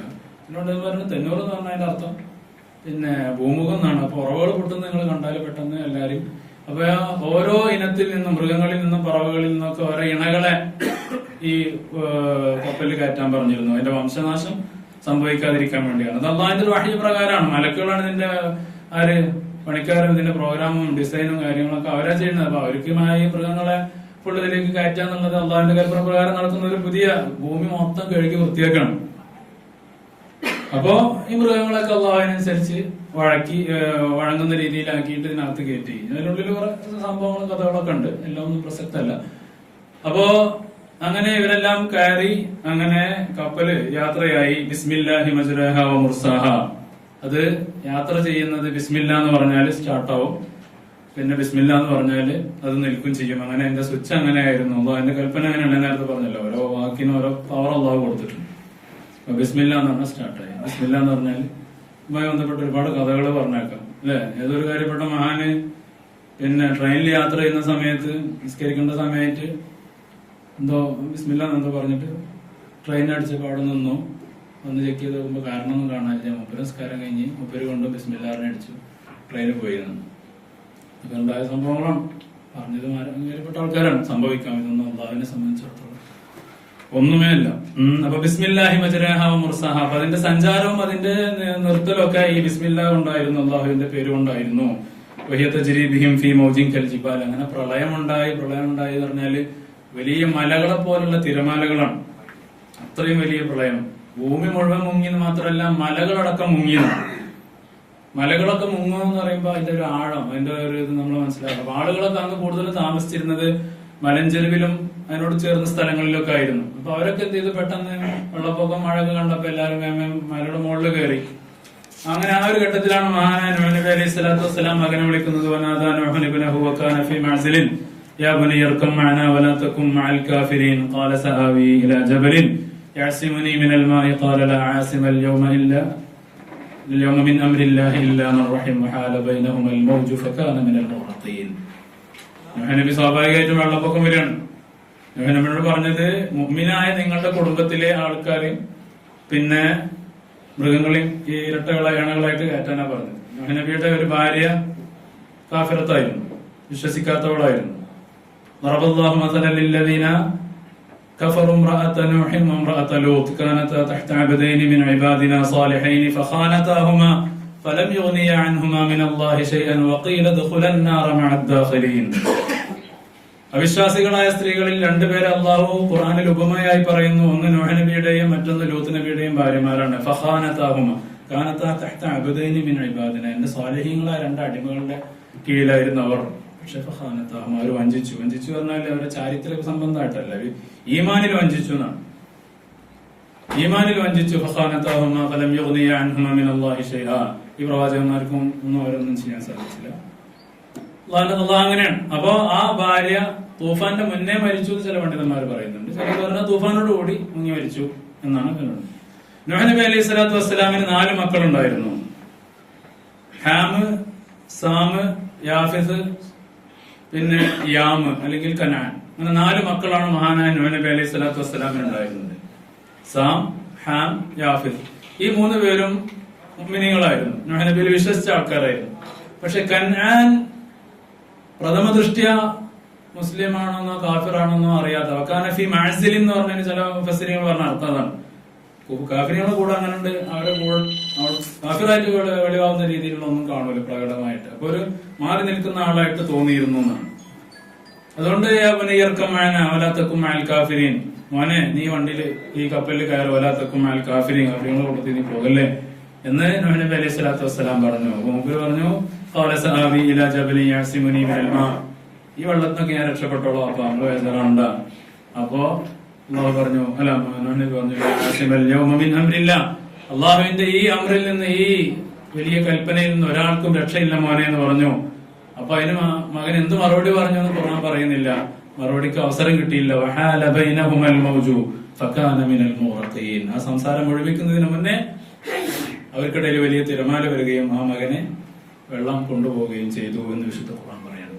നബി അങ്ങേയറ്റം വിഷമിച്ചു. നൂഹ് നബി അള്ളാഹിനോട് പറഞ്ഞു, ഇന്ന ബനി മിൻ അഹ്ലി, പടച്ചോനെ എന്റെ മോനെ നീ രക്ഷിക്കണം. അള്ളാഹു പറഞ്ഞു, എന്നോട് ആ വിഷയം പറയരുത്. ഇന്നഹു അമലുൻ ഗൈറു സാലിഹ്, അത് നിങ്ങൾക്ക് നഷ്ടപ്പെട്ടു പോയ ഒരു കർമ്മമാണ്, അല്ലെങ്കിൽ ആ മകനെ കൊണ്ട് നിങ്ങൾക്ക് ഒരു ഉപകാരമില്ല. അതുകൊണ്ട് നിങ്ങൾ ജാഹിലികളെ പോലെ സംസാരിക്കരുത് എന്നൊക്കെ പറഞ്ഞ ശക്തമായ ഭാഷയിൽ മറുപടി പറഞ്ഞു. അങ്ങനെ അള്ളാഹുവിനോട് പൊറുക്കലിനെ ചോദിക്കും. ഞാൻ എന്റെ മകനാണ്, എന്റെ കുടുംബത്തിലാണ്, എന്റെ കൂട്ടത്തിൽപ്പെട്ടാനാണെന്ന് വിചാരിച്ചു എന്നൊക്കെ പറഞ്ഞിട്ട് ആ സംഭവം പുറമേശത്തായിട്ട് പറയുന്നുണ്ട്. ഏതായാലും അങ്ങനെ ഈ കനാൻ എന്ന് പറയുന്ന, അല്ലെങ്കിൽ യാം എന്ന പേരിലാണ്, കനാൻ എന്ന പേരിലാണ് തൗറാത്തിലൊക്കെ ഉള്ളത്. ഈ മകനാണ് അങ്ങനെ ഈ മുങ്ങി മരിച്ച ആളായിട്ടുള്ളത്. ഈ കപ്പലിൽ 80ഓളം ആളുകൾ ഉണ്ടായിരുന്നു എന്നാണ്. മൊത്തം കപ്പലിൽ 80ഓളം ആളുകൾ ഉണ്ടായിരുന്നു. ഈ നൂഹ് നബി അലൈഹി ഇസ്ലാമിൽ വിശ്വസിച്ചവരും മക്കളും അവരുടെ ഭാര്യമാരും എല്ലാവരും അടക്കം 80 എന്നാണ് ഒരു പ്രബലമായ അഭിപ്രായം വിഷയത്തിൽ വന്നിട്ടുള്ളത്. പിന്നെ ഈ മൃഗങ്ങള് ഇപ്പോ എത്ര ദിവസം ഈ കപ്പലിൽ അവർ താമസിച്ചു, അതൊക്കെ ചർച്ചാ വിഷയമാണ്. മഹാനായ നൂഹ് നബി അലൈഹി സ്വലാത്തു വസ്സലാം പിന്നെ ഇവരും കൂടി 150 ദിവസം വെള്ളപ്പൊക്കം നിലനിന്നാണ്. 150 ദിവസം, 5 മാസം, 5 മാസം കപ്പലിലാണ്. അതുകൊണ്ട് തന്നെ നൂഹ് നബിയോട് ഈ മക്കളെയും ഭാര്യനെയും മിനികളെയും കൂട്ടുന്ന കൂട്ടത്തില്, മൃഗങ്ങളെയും കൂട്ടാൻ പറഞ്ഞ കൂട്ടത്തില് അവർക്കൊക്കെ ഉള്ള ഫുഡും അതേപോലെ തീറ്റയും കാര്യങ്ങളൊക്കെ കരുതാൻ വേണ്ടി പറഞ്ഞിരുന്നു. അതുകൊണ്ടാണ് നൂഹ് നബി അലൈഹി സ്വലാത്തു വസ്സലാം ഇത്രയും വലിയ ഒരു കപ്പലുണ്ടാക്കിയതെന്നാണ്. കാരണം ഇതിങ്ങനെ ഒരു 5 മിനിറ്റ് എവിടെയെങ്കിലും നമ്മൾ അബറ കിടക്കണമാതിരിയുള്ള പരിപാടിയില്ലല്ലോ. നമ്മളൊരു മൃഗശാല പോയി നോക്കി, എത്ര സ്പേസ് വേണം അതില്, അല്ലെ? എല്ലാരും ഇങ്ങനെ ആട്ടുമുട്ടിനെയും സിംഹത്തിനെയും ഒപ്പം നിർത്താൻ പറ്റുമോ? അപ്പൊ ഓരോന്നിനും അതിന്റേതായ ഒരു ലോകം ഉണ്ടാക്കണം. അങ്ങനെ എത്ര ഇണകള് ആ മൃഗങ്ങളെയൊക്കെ താമസിപ്പിക്കണം. 150 ദിവസം പറ്റുന്ന ഇങ്ങനെ പിടിച്ചിട്ടല്ലേ. അപ്പൊ ചില റിവായത്തിലൊക്കെ കാണാൻ സാധിക്കും, സിംഹത്തിനെ ആണ് ഏറ്റവും വലിയ അക്രമാസക്തമാവുന്ന സംഭവം. അപ്പൊ സിംഹത്തിന് അള്ളാഹു പനി കൊടുത്തു എന്നാണ്. സിംഹത്തിന് സുഖമില്ല. മൂപ്പർക്ക് കപ്പലിൽ കയറിയ പലർക്കും പല അസുഖം പിടിക്കല്ലോ. എന്നാൽ അള്ളാഹു സിംഹത്തിന് പനി കൊടുത്തു എന്നാണ് റിവായത്താണ്. അപ്പൊ മൂപ്പർക്ക് ആരെ ആക്രമിക്കാനോ ഒന്നിനും യാതൊരു പൂതിയില്ല, വളരെ ശാന്തനായിരുന്നു എന്നാണ്. അതേപോലെ എലി മൂപ്പരുണ്ടല്ലോ ഇതില്, എലി ഇങ്ങനെ ഓടി നടക്കുക എല്ലായിടത്തും, മേലക്കൊക്കെ വരാലോ, മൂപ്പർക്ക് എന്ത് ഫ്ലോറ് എല്ലായിടത്തും കയറി. അങ്ങനെ എലിയുടെ ശല്യം ഉണ്ടായിട്ട് നൂഹ് നബിയോട് പറഞ്ഞു എന്നാണ് റിവായത്താണ്. അപ്പൊ അള്ളാഹു സുബ്ഹാനഹു വ തആല പൂച്ചക്ക് ഇതിനെ പിടിക്കാനുള്ള ഇത് തോന്നിപ്പിച്ചു കൊടുത്തു. അങ്ങനെ പൂച്ച ഇറങ്ങി, പൂച്ചയുടെ പെട്രോളിങ് കണ്ടപ്പോ എലി സ്വസ്ഥമായിരുന്നു. അതേപോലെ ആൾക്കാര് താഴെ ഫ്ലോറാണ്, അതില് ഈ മൃഗങ്ങളൊക്കെ കാഷ്ടിക്കല്ലേ. അപ്പൊ അതൊക്കെ ആകെ ദുർഗന്ധം വന്ന് ആളുകളതിന് എന്താ പരിഹാരം ഉണ്ടായെന്ന് അള്ളാഹു ആലം. അപ്പോ ആ ദുർഗന്ധം വന്നപ്പോഴാണ് അള്ളാഹു പന്നിക്ക് ഈ പിന്നെ മാലിന്യങ്ങള് ഭക്ഷിക്കാനുള്ള തോന്നിപ്പിച്ചു കൊടുത്തതും അങ്ങനെയാണ് ഈ മാലിന്യം തിന്നുന്ന ജീവിയായിട്ട് പന്നി മാറിയത് എന്നൊക്കെ റിവായത്തുകളിൽ കാണാൻ സാധിക്കും. അവസാനമായി കയറിയ മൃഗാണ് കഴുത എന്ന് കാണാൻ സാധിക്കും. അവസാനമായി കയറിയതാണ് കഴുത. അങ്ങനെ കഴുതനോട് കയറാൻ പറഞ്ഞപ്പോ കേറി ഇബ്ലീസ് എന്ന് പറഞ്ഞപ്പോ ആ ഗ്യാപ്പിൽ ആര് കയറി?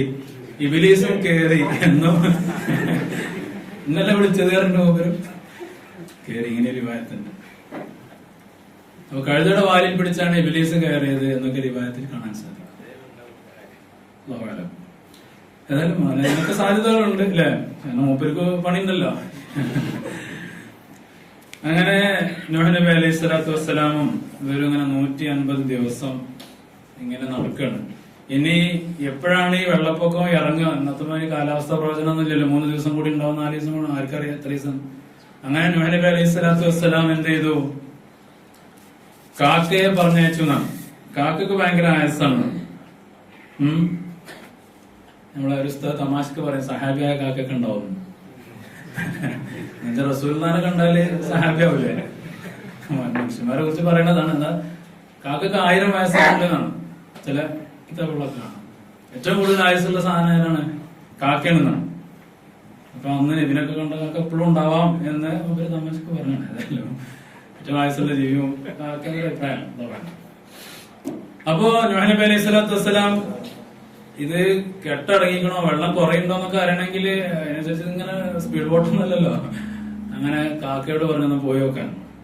കാക്ക പറന്ന് പോയി മൂപ്പര് വെള്ളം കുറഞ്ഞിക്കണം. അങ്ങനെ അവിടെ പല സാധനം ചത്തെടുക്കണ്ടാവല്ലോ മനുഷ്യന്മാരൻ.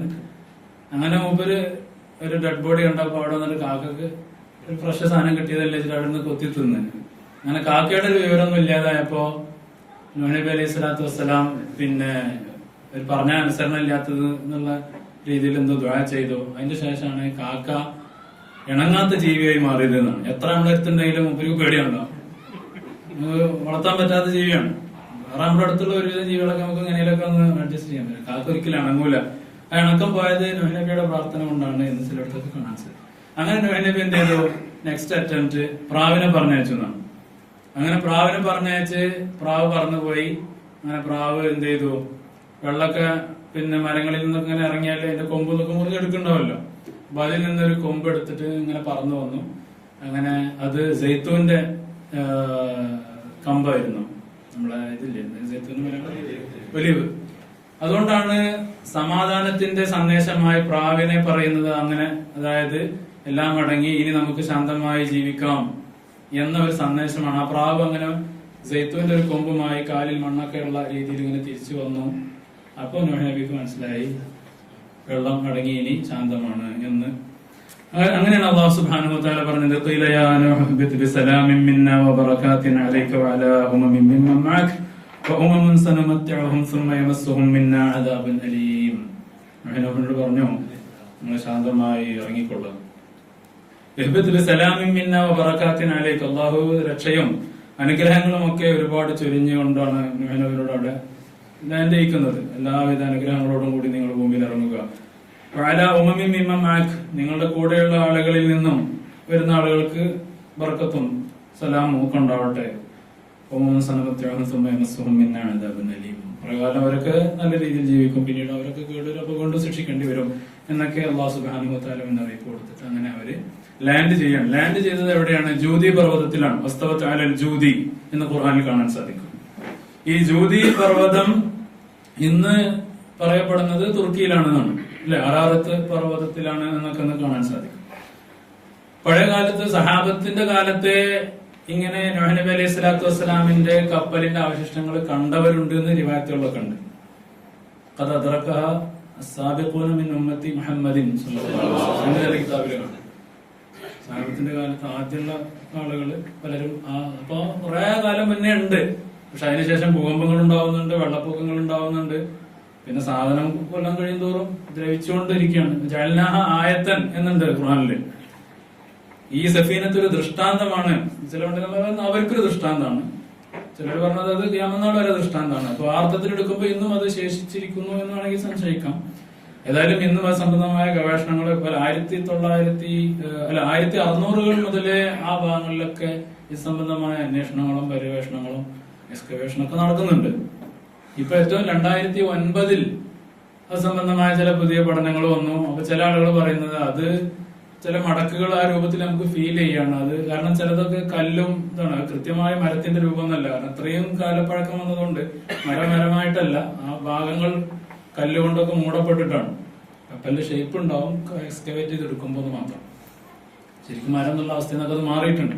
ചിലരത് സ്വാഭാവികം, നമുക്ക് ചിലപ്പോൾ തോന്നില്ല ഒരു പക്ഷി ഇരിക്കണ പോലെയൊക്കെ സംഭവം പക്ഷിയൊന്നും ആവില്ല, അങ്ങനെ രൂപപ്പെട്ടതാണ്. പക്ഷെ പല ആർക്കിയോളജിസ്റ്റുകളും പറയുന്നത് ശരിക്കും ഈ നൂഹ് നബിയുടെ കപ്പൽ തന്നെയാണ് എന്നാണ് പല പണ്ഡിതന്മാരും പറയുന്നത്. ഏതായാലും ഇറാഖിന്റെയും പിന്നെ തുർക്കിയുടെയും അതിർത്തി പ്രദേശത്താണ് ഇന്ന് അത് കാണപ്പെട്ടിട്ടുള്ളത്. നമ്മൾ നേരത്തെ പറഞ്ഞു 150 ദിവസമാണ് മഹാനായ നൂഹ് നബി അലൈഹി സ്വലാത്തു വസ്സലാമും ഈ ആളുകളും കൂടി ഇങ്ങനെ കപ്പലിൽ സഞ്ചരിച്ചുകൊണ്ടിരുന്നത്. റജബ് മാസം 10-ാം തീയതിയാണ് വെള്ളപ്പൊക്കം ഉണ്ടായത്. അങ്ങനെ വെള്ളപ്പൊക്കം അവസാനിച്ചത് ആശുറാന്റെ ദിവസം മുഹറം 10-നാണ് അവസാനിച്ചത് എന്നും ചില റിവായത്തിൽ കാണാൻ സാധിക്കും. അതുകൊണ്ട് നൂഹ് നബി അലൈഹി സ്വലാത്തു വസ്സലാമിനെ അള്ളാഹു രക്ഷിച്ച ദിവസം കൂടിയാണ് ഇത് ആശുറാന്റെ ദിവസം എന്ന് ഈ റിവായത്ത് പ്രകാരം നമുക്ക് മനസ്സിലാക്കാൻ സാധിക്കും. അതേപോലെ നൂഹ് നബി അലൈഹി സ്വലാത്തു വസ്സലാം പിന്നെ ഇവിടുന്ന് രക്ഷപ്പെട്ട് പിന്നെ അല്ല ഒരു കഥ പറയാനുണ്ട്. മഹാനായ ഈസാ നബി അലൈഹി സ്വലാത്തു വസ്സലാം അദ്ദേഹത്തിന്റെ കാലത്ത് പിന്നെ തൗറാത്തിലും അതേപോലെ തന്നെ ഇഞ്ചിയിലും കഴിഞ്ഞു പോയ സംഭവങ്ങൾക്കൊക്കെ ഈ നൂഹ് നബിയുടെ സംഭവം ഒരു സംഭവമാണ്. കാരണം ഇതുപോലെ ഒരു ശിക്ഷ മുമ്പ് ഉണ്ടായിട്ടില്ല. ഇതുപോലെ ശിക്ഷ മുമ്പ് ഉണ്ടാവാത്തത് കൊണ്ട് തന്നെ എല്ലാ സംഭവങ്ങളിലും ഒരു 3 സ്ഥലത്ത് എഴുതിക്കോളും.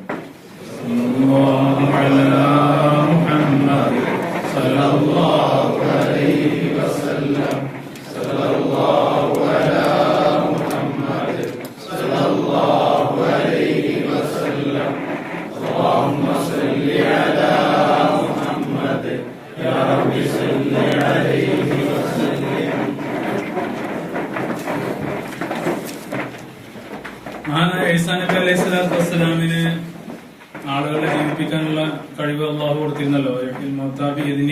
അല്ലെ, അള്ളാഹുവിന്റെ സമ്മതപ്രകാരം എഴുന്നേൽപ്പിക്കാൻ കഴിയും. അപ്പൊ നൂഹ് നബി അലൈഹി സ്വലാത്തു വസ്സലാമും ഈസാ നബിയും അനുചരന്മാരും കൂടി ഇങ്ങനെ നടന്നു പോകുമ്പോ ഒരു അനുചരൻ ചോദിച്ചു, നിങ്ങൾക്ക് ആളുകളെ ജീവിപ്പിക്കാൻ കഴിയല്ലോ, നൂഹ് നബിയുടെ ആ സംഭവങ്ങളൊക്കെ അറിയണ ആരെങ്കിലും ഒന്ന് ജീവിപ്പിച്ചാൽ നമുക്ക് അന്നത്തെ കാര്യങ്ങളൊക്കെ ഒന്ന് നേരിട്ട് തന്നെയാണ് ചോദിച്ചാൽ അറിയായിരുന്നല്ലോ. ലൈവായിട്ട് തന്നെ അറിയായിരുന്നല്ലോ. ഉച്ചക്ക് ലൈവ് പറഞ്ഞല്ലോ അല്ലെ. അപ്പൊ നേരിട്ട് നേരം നമ്മൾ കാണാമായിരുന്നല്ലോ എന്ന് പറഞ്ഞപ്പോ ഈ റിവായത്തില് അഭിപ്രായ വ്യത്യാസങ്ങളുണ്ട്. ഏതായാലും കഥ എന്നുള്ളവർക്ക് പറയാട്ടോ. അപ്പോ നൂഹ് നബി ഈസാ നബി അലൈഹി സ്വലാത്തു വസ്സലാം അവരായിട്ട് ഇങ്ങനെ പോയി. അങ്ങനെ ഒരു സ്ഥലത്ത് മണ്ണ് ഇങ്ങനെ ഒരു മൺകൂനയായിട്ട് നിൽക്കുന്ന ഒരു ഭാഗത്ത് മഹാനായ ഈസാ അലൈഹി സ്വലാത്തു വസ്സലാം ഇങ്ങനെ തട്ടി, കൈകൊണ്ട് ഇങ്ങനെ തട്ടി. അങ്ങനെ തട്ടിയപ്പോ ആ ഭാഗത്ത് നിന്ന് ഒരാൾ എഴുന്നേറ്റു. അങ്ങനെ എഴുന്നേറ്റപ്പോ മഹാനായ ഈസാ അലൈഹി സ്വലാത്തു വസ്സലാം ഇവരോട് ചോദിച്ചത് ആരാ നിങ്ങൾക്ക് അറിയാമെന്ന് ചോദിച്ചു. ഇത് ഹാം ബിൻ നൂഹ് നബിയുടെ ഒരു മകൻ ഹാം ഉണ്ടല്ലോ, സാമ് ഹാം യാഫത്ത് എന്ന് പറഞ്ഞാലുള്ള ഹാം ആണിത്. അങ്ങനെ അദ്ദേഹം പിന്നെ കുടഞ്ഞെഴുന്നേറ്റിട്ട് ഖിയാമത്ത് നാളായോ എന്ന് ചോദിച്ചു. അപ്പൊ പറഞ്ഞു, ഇല്ല, ഞാൻ ഈസയാണ്, ഈസാ നബി അലൈഹി സ്വലാത്തു വസ്സലാം പറഞ്ഞു. അപ്പൊ ചോദിച്ചു, നിങ്ങള് വയസ്സനാണ്, അപ്പൊ ഈ രൂപത്തിൽ ആണോ നിങ്ങൾ മരിച്ചത് അതോ നിങ്ങൾ യുവാവായിട്ടാണോ മരിച്ചത് എന്ന് ചോദിച്ചു. അല്ല, ഞാൻ മരിച്ചത് യുവാവായിട്ടാണ്. അപ്പോ ശരീരത്തിലൊക്കെ മാറ്റം വന്നിട്ടുണ്ട് എന്നാണ് അതിന്റെ ഒരു ധ്വനി. ഏതായാലും നമ്മുടെ വിഷയം അവിടെ ഒന്നല്ല. അപ്പോ നൂഹ് നബി അലൈഹി സ്വലാത്തു വസ്സലാം ഈസാ അലൈഹി സ്വലാത്തു വസ്സലാം ചോദിച്ചു, എന്താണ് ഈ നിങ്ങളെ കപ്പലും കാര്യങ്ങളൊക്കെ കണ്ട ഫുൾ റിപ്പോർട്ട് നിങ്ങൾക്ക് അറിയാലോ, നമ്മളൊന്ന് പറഞ്ഞിരുന്നു പറഞ്ഞു. അപ്പൊ അതില് പറയുന്നതാണ് എന്ത്, അത് 1000 മുഴം നീളവും 200 മുഴം വീതിയും ഒക്കെ ഉണ്ടായിരുന്നു. അതിന് 3 തട്ടുണ്ടായിരുന്നു. ഒന്നാമത്തെ തട്ടില് ഒരു തട്ടില് വന്യമൃഗങ്ങളും ജന്തുക്കളും ഒക്കെ ആയിരുന്നു, മറ്റൊന്നില് മനുഷ്യരും മറ്റൊന്നില് പക്ഷികളുമായിരുന്നു. പിന്നെ ഞാൻ നേരത്തെ പറഞ്ഞ പോലുള്ള ഈ സംഭവങ്ങളൊക്കെ അതിൽ പറയുന്നത്, മൃഗങ്ങളെ കാഷ്ടിച്ച് വൃത്തിയോടാക്കിയപ്പോ പന്നി അതൊക്കെ കഴിച്ചു. എലികളെ ശല്യം ഉണ്ടാക്കിയപ്പോ അള്ളാഹു സിംഹത്തിന്റെ മൂക്കിൽ നിന്ന് പൂച്ചയെ പുറത്തു കൊണ്ടുവന്നൊക്കെയാണ് ഇതിലുള്ളത്. ഏതായാലും അപ്പൊ അങ്ങനെയൊക്കെ വന്ന് നൂഹ് നബിക്ക് എങ്ങനെയാണ് ഒക്കെ ഇത് ചോദിക്കുന്നുണ്ട് ഈ സംഭവങ്ങളൊക്കെ. നൂഹ് നബിക്ക് എങ്ങനെയാണ് വെള്ളപ്പൊക്കം അവസാനിച്ചു എന്ന് മനസ്സിലായത്? അപ്പൊ പറഞ്ഞു, അങ്ങനെ കാക്കയെ പറഞ്ഞയച്ചു. അങ്ങനെ കാക്ക കുറെ നേരം കഴിഞ്ഞിട്ട് വന്നില്ല, അങ്ങനെ ദേഷ്യപ്പെട്ടു. പിന്നെയാണ് ഇതിന് ശേഷം പ്രാവിനെ പറഞ്ഞയച്ചത്. അങ്ങനെ നമ്മൾ നേരത്തെ പറഞ്ഞ സംഭവങ്ങളൊക്കെ ഇതിലും വിവരിക്കുന്നുണ്ട്. പക്ഷെ ഇതൊക്കെ പറഞ്ഞിട്ട് മഹാനായ ഇബ്നു കസീർ റളിയല്ലാഹു അൻഹു പറയാണ്, ഗരീബൻ ജിദ്ദൻ, ഇത് വളരെ ഗരീബായ, ഒരിക്കലും സത്യമാണെന്ന് തോന്നാത്ത രീതിയിലുള്ള ഒരു സംഭവമാണ്. ഇതായാലും ഒരു ചരിത്രമാണ്.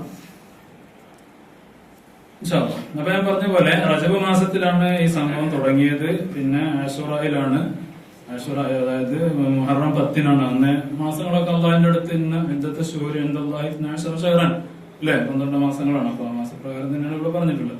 ആ നൂഹ് നബി അലൈഹി സ്വലാത്തു വസ്സലാം ഇറങ്ങിയത് എന്റെ സന്തോഷത്തിൽ അന്ന് നോമ്പ് നോറ്റു എന്നാണ്. അള്ളാഹുവിന് ശുക്രായിട്ട് നൂഹ് നബി അലൈഹി സ്വലാത്തു വസ്സലാമും കൂടുതലുള്ള ആളുകളും നോമ്പ് നോറ്റു എന്ന് ഹദീസിൽ നമുക്ക് കാണാൻ സാധിക്കും.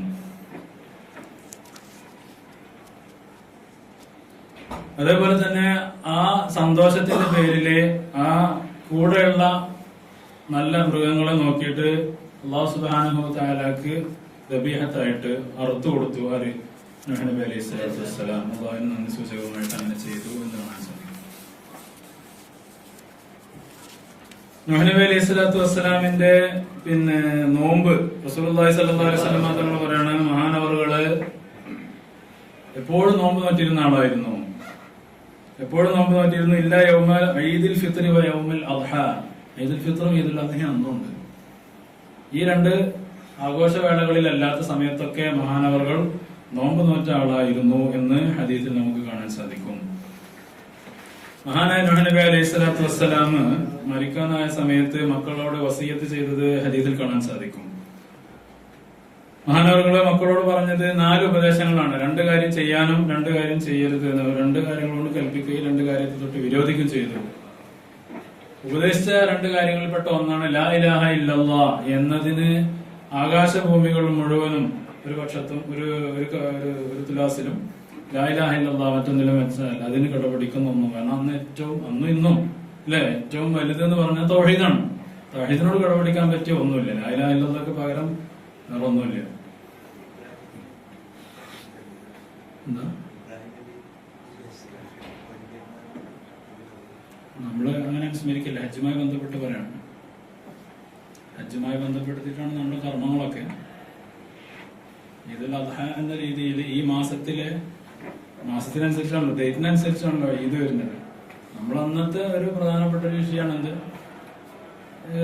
ഈ അറവും കാര്യങ്ങളും ഒക്കെ. ചിലപ്പോ അന്ന് അറവുണ്ടായിക്കോണമെന്നില്ല.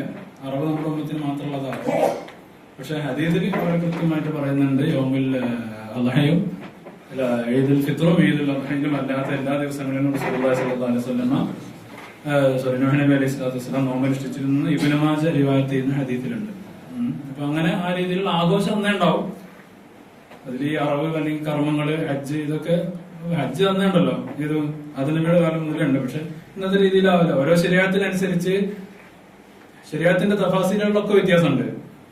പഴയ കാലത്ത് തൗബ എന്ന് പറഞ്ഞാൽ എന്താണ്, ഓരോ അവയവങ്ങളെ കൊണ്ട് ചെയ്ത തെറ്റിന് ആ അവയവം മുറിച്ചു കളയലാണ് അതിന്റെ തൗബ. അങ്ങനെ ഉണ്ടായിരുന്നൊരു സമൂഹം. നമ്മളിപ്പോ മോഷ്ടിച്ചാല് കൈ മുറിക്കും. പക്ഷെ വേറെ പലതും ചെയ്തിട്ട് നമ്മൾ മുറിക്കണമെന്നില്ലല്ലോ, അല്ലേ? അള്ളാഹു ഒരുപാട് അഫ്വ് ചെയ്തിട്ടുണ്ട് നമ്മുടെ ഉമ്മത്തിന്. അതുപോലെ ചില ദോഷങ്ങളുടെ തൗബ എന്ന് പറഞ്ഞാല് കൊല്ലുന്നാണ്. അതിന്റെ തൗബ കൊല്ല. അപ്പൊ പരസ്പരം മാറി മാറി കൊല്ലുന്ന രീതിയിൽ ഒരുപാട് കോമിനൊക്കെ ശിക്ഷിച്ചിട്ടുണ്ട്. എന്റെ തൗബ അങ്ങനെയാണ്. തുലുവംഫുസക്കും ഞാൻ വേറെ പരിഹാരമില്ല, എന്റെ ശിക്ഷ. കാരണം അങ്ങനത്തെ കൗമാണ്. ഓരോ സമൂഹത്തിന്റെ സ്വഭാവത്തിനനുസരിച്ചും ഇതൊക്കെയാണല്ലോ ശിക്ഷകൾ വരുന്നത്, ശരിയാത്ത് വരുന്നത്. അതുപോലെ ഒരുപാട് വ്യത്യാസമുണ്ട്. നമ്മളിങ്ങനെ സമൂഹങ്ങളെ മനസ്സിലാക്കുമ്പോൾ വേറെ ഒരുപാട് കാര്യങ്ങൾ നമുക്ക് വരും. ഇപ്പൊ നമ്മള് പറഞ്ഞു ഈ തൂഫാന്റെ കാര്യം പറഞ്ഞപ്പോ ഞാൻ പറയാൻ വിട്ടത്, തൂഫാൻ ബാബിലോണിയ ആ പരിസരങ്ങളിൽ അല്ലെങ്കിൽ ഇറാഖില് ആ ഭാഗങ്ങളിലാണ് അന്ന് കൂടുതൽ ജനവാസം ഉണ്ടായിരുന്നത്. നബിയുടെ പ്രബോധിത മേഖല അതായിരുന്നു.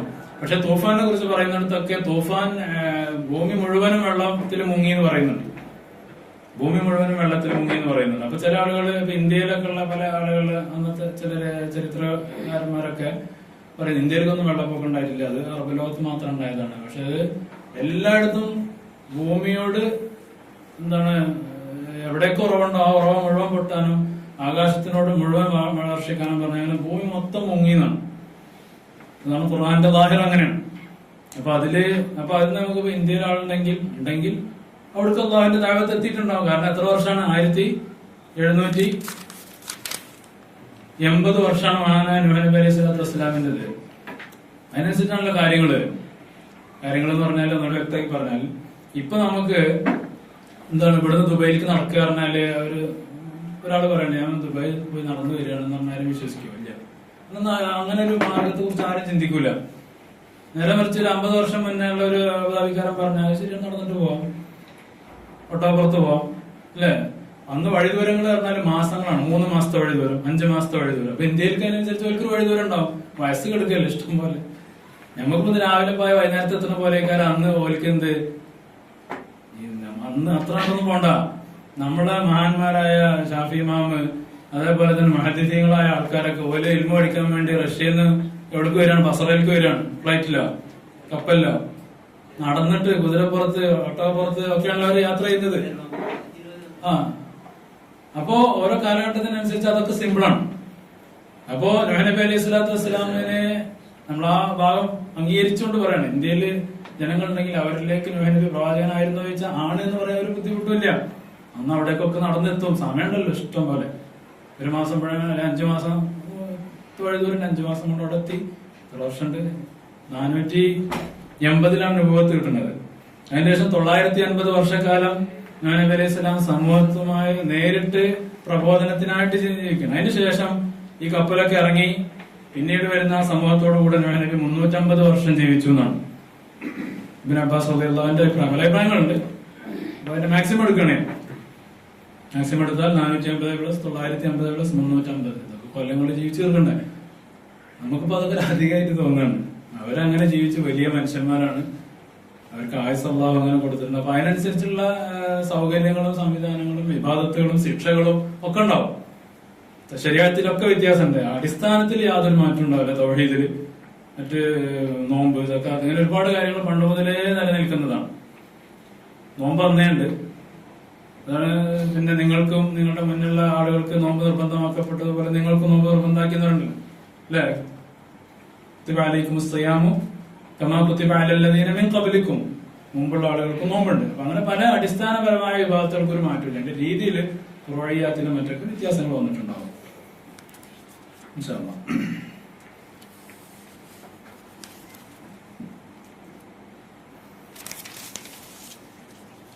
അപ്പൊ നമ്മൾ പറഞ്ഞത് ലാ ഇലാഹ ഇല്ലല്ലാഹ് പോയത് അല്ലെ. അപ്പൊ നൂഹ് നബിയുടെ മരിക്കുന്ന സമയത്തുള്ള പ്രധാനപ്പെട്ട വസിയത്ത് അതാണ്. വലിയ വിഷയമാണ് അതൊക്കെ. നമുക്ക് വസിയത്ത് എന്ന് പറയുമ്പോൾ നമ്മള് കാര്യമായിട്ട് കുഞ്ഞിമനച്ച് കെട്ടിക്കണം അങ്ങനെയൊക്കെ നമ്മളൊക്കെ മരിക്കുന്ന സമയത്തുള്ള വസിയത്ത് അല്ലെ. അല്ലെ അവൾക്ക് ഈ സ്വത്തുനിന്ന് 4 സെന്റ് കൂടി അവൾക്ക് കൊടുക്കണം, അവൾക്ക് വഴിയില്ലാത്താണ് അല്ലെ. നമ്മളൊക്കെ വേജാറാണ്. ദുനിയാവ് എന്ന യാതൊന്നും ഒരു മഹാമാരി വസിയത്തിൽ കാണൂല. അവരൊക്കെ മക്കളോട് വസിയത്ത് ചെയ്യാൻ ലാ ഇലാഹ ഇല്ലല്ലാഹ് പതിവാക്കിക്കോ, അല്ലെ സുബ്ഹാനല്ലാഹ് പതിവാക്കിക്കോ, അല്ലെങ്കിൽ നിസ്കാരിച്ച് പ്രവാചകന്മാരുടെ അല്ലെ എന്താണ് പിന്നെ ഇബ്രാഹിം നബിയുടെ മറ്റു സംഭവങ്ങളിലൊക്കെ വസിയത്തൊക്കെ പറയുന്നുണ്ട്. അവരൊക്കെ പറയുന്നത് നിസ്കരിക്കണം മോനെ, നിസ്കാരം നിലനിർത്തണം. എന്നതുപോലെ നൂഹ് നബിയുടെ ഇത്രയും കാലം ജീവിച്ചിട്ട് ഒരുപാട് സംഭവങ്ങൾ ഉണ്ടാവും. പലയിടത്തും പലതും ഉണ്ടാക്കിയിട്ടും പലതും ഉണ്ടാവുമല്ലോ. 950 കാലത്ത് ഒരു മനുഷ്യന്റെ പ്രൊഡക്റ്റ് ആയിട്ട് ഭൂമിയിൽ പലതും സംഭവിച്ചിട്ടുണ്ടാവും. ആ ഭാഗം ഖുർആനെ സംബന്ധിച്ചിടത്തോളം അടുത്ത ജനറേഷന് നൽകേണ്ട ഒരു അറിവല്ല. നൂഹ് നബി അവിടെ ചിലപ്പോൾ തോടുണ്ടാക്കിയിട്ടുണ്ടാവും, പാലുണ്ടാക്കിയിട്ടുണ്ടാവും, അല്ലെങ്കിൽ പുതിയ വഴി കെട്ടിയിട്ടുണ്ടാവും. പല രീതിയിലുള്ള ജനങ്ങളെ പലതും സോഷ്യലായിട്ട് അവർ പലതും ഇടപെട്ടിട്ടുണ്ടാവും. വെറും താഴത്തായിട്ട് നടക്കുമ്പോൾ മനുഷ്യൻ എന്ന രീതിയിൽ അവരൊക്കെ പലതും ചെയ്തുകൊണ്ടാണ് ഇന്ന് രൂപത്തിൽ ഭൂമിയായിട്ടുള്ളത് സ്വാഭാവികമായിട്ടും. അപ്പോ പക്ഷെ അതൊന്നും എവിടെയും വരുന്നില്ലല്ലോ. നമുക്ക് വളരെ സിമ്പിൾ ആയതാണ് ഇപ്പൊ വസിയത്തായിട്ട് പറയുന്നത്. ലാ ഇലാഹ ഇല്ലല്ലാഹ്ക്ക് കിടപിടിക്കാൻ ആകാശഭൂമികള് ഒരു സൈഡിൽ വെച്ചാൽ ലാ ഇലാഹ ഇല്ലല്ലാഹ്ക്ക് ഒക്കെ എത്തൂല മോനെ എന്നാണ് ഒരു പ്രധാന വസിയത്ത്. രണ്ടാമത്തെ വസിയത്ത് സുബ്ഹാനല്ലാഹി വബിഹംദിഹി ഫഇന്ന ബിഹാ സിലാത്തു കുല്ലി ഷൈഇൻ വബിഹാ യുർസഖുൽ ഖൽഖ്.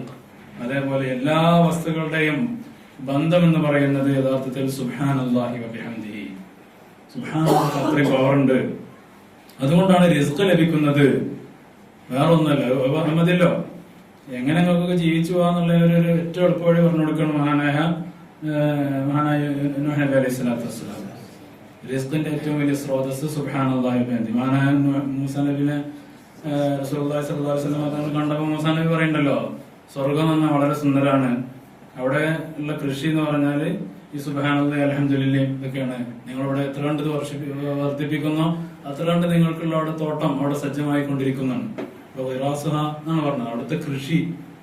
അപ്പൊ ഇവിടെ ഓരോ രീതിയിലാണല്ലോ അല്ലെ. ചില വാക്കിന്റെ ഔട്ട്പുട്ട് ഇപ്പൊ നമ്മള് ഫോൺ എടുത്തിട്ട് സുലൈമാൻ എന്ന് പറയുമ്പോ കോള് പോണില്ലേ, നമ്മള് പട്ടം കേൾക്കണില്ല, ഒന്നുമില്ല. സുലൈമാൻ നമ്മൾ പോകേണ്ട ഒരു ഉദാഹരണം, നമ്മുടെ മൊബൈലിൽ സേവ് ചെയ്യപ്പെട്ട ഒരാളുടെ പേരാണ് സുലൈമാൻ.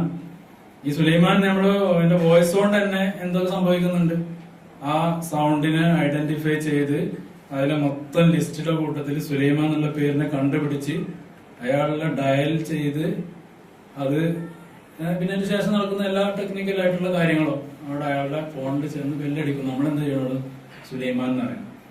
ഒരു 30-50 വർഷം മുന്നുള്ള അവിടെ സുലൈമാൻ എന്ന് പറഞ്ഞാൽ അവന്റെ വീട്ടിലേക്ക് അവന്റെ ചുവട്ടിലേക്ക് എത്തുന്ന പറഞ്ഞാല് ഒരാൾ അംഗീകരിക്കില്ല.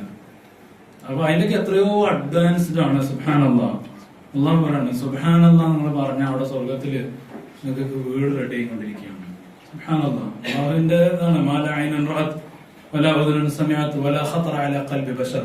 ഒരു മനുഷ്യന്റെ ഹൃദയത്തിൽ ഒരിക്കൽ പോലും വരാത്ത വലിയ എന്താ പറയാ വലിയ വലിയ കാര്യങ്ങളാണ് സ്വർഗത്തിൽ ഉണ്ടാവുക. കണ്ണ് ഒരിക്കലും കാണാത്തത്, ഒരു കാതും കേൾക്കാത്തത്, ഒരാളുടെ ഹൃദയത്തിൽ അങ്ങനെ ഒരു ആശയം വന്നിട്ടുണ്ടാവില്ല. അങ്ങനത്തെ കാര്യങ്ങളാണ് സ്വർഗത്തിൽ ഉണ്ടാവുന്നത്. അപ്പൊ അത്രയും അഡ്വാൻസ്ഡ് ആണ് സ്വർഗം. അള്ളാഹു നമ്മൾക്ക് അതിന്റെ അവകാശങ്ങൾ ഉൾപ്പെടുത്തുമാറാണ്. അപ്പൊ അതാണ് നൂഹ് നബിയുടെ പ്രധാനപ്പെട്ട ഒരു ഉപദേശം. ഒന്ന് ലാ ഇലാഹ ഇല്ലല്ലാഹ്, മറ്റൊന്ന് സുബ്ഹാനല്ലാഹ് എന്നുള്ളത്. അതേപോലെ മാനവകള് ചെയ്യരുതെന്ന് പറഞ്ഞ രണ്ട് പ്രധാനപ്പെട്ട കാര്യം, ഒന്ന് ശിർക്കാണ്. ശിർക്കിലേക്ക് ഒരു നിലക്കും നീങ്ങി പോകരുത്. കാരണം അന്നത്തെ സമൂഹത്തിൽ ഞാൻ നേരത്തെ പറഞ്ഞ പോലെ ഈ 4 സാലിഹ്യങ്ങളായ ആളുകളുടെ ഫോട്ടോ വെച്ച് ക്രമേണ അവരെ വിഗ്രഹങ്ങൾ ഉണ്ടാക്കി ക്രമേണ അവരെ ആരാധിക്കുന്ന രീതിയിലേക്ക് സമൂഹം മൊത്തം മാറി. ലക്ഷക്കണക്കിന് 10,000-കണക്കിന്. അതിനല്ലാഹു ആദ്യമായി ഭൂമിയിൽ വരുന്ന ശിക്ഷ എന്ന് പറയുന്നത് നൂഹ് നബിയുടെ ഖൗമിന്റെ ശിക്ഷയാണ്. ഖുർആനിലൊക്കെ കാണാം. നൂഹ് നബിക്ക് ശേഷമാണ് ഈ ഒന്നാകെ നശിപ്പിക്കൽ എന്നുള്ള ആ സംവിധാനം തുടങ്ങുന്നത്. പിന്നെ കുറെ റസൂലുള്ളാഹി സ്വല്ലല്ലാഹു അലൈഹി വസല്ലം തങ്ങൾ വരെ എത്തിയപ്പോ അന്ന് നൂഹ് നബി തന്നെ ദുആ ചെയ്തു എന്ന് കാണാം. നൂഹ് നബി കപ്പലിൽ നിന്ന് ഇറങ്ങി വന്ന് ഈ ആടിനെ കറുത്തതിന് ശേഷം അള്ളാഹിനോട് ദുആ ചെയ്തു. മാനവറുകള് ഈ ഖൗമിന് വേണ്ടി സ്നേഹിച്ചുകൊണ്ടാണ് ദഅവത്ത് നടത്തിയിരുന്നത്. എനിക്കൊന്നും കൂടെ തരണ്ട, മാസ്തലക്കും അലൈഹി മിൻ അജ്രിൻ ഇൻ അജ്രി ഇല്ലാ അലല്ലാഹ്, നിങ്ങൾക്ക് ശിക്ഷ വരും, കളിയാക്കലിനെ എന്നൊക്കെ പറഞ്ഞ് അവരൊക്കെ മരിച്ചപ്പോ ഹായ് ഞാൻ രക്ഷപ്പെട്ടു എന്ന് നൂഹ് നബിയുടെ മനസ്സുണ്ടാവല്ല. അക്രമികളായ ആളുകൾക്ക് നാശം എന്ന് പറയപ്പെട്ടു എന്നൊക്കെ പറഞ്ഞ് നൂഹ് നബിക്ക് സങ്കടം ഉണ്ടാവും. നൂഹ് നബി പറഞ്ഞു അല്ലാഹുവേ നീ ഇതേപോലെ ഒരാളെ ശിക്ഷിക്കരുത്. മാനവകൾ ദുആ ചെയ്തു എന്ന് കാണാം. ഇതേപോലുള്ള ഒരു ശിക്ഷക്കുള്ള ഒരു കാരണം നീ വരുത്തരുത് എന്ന്.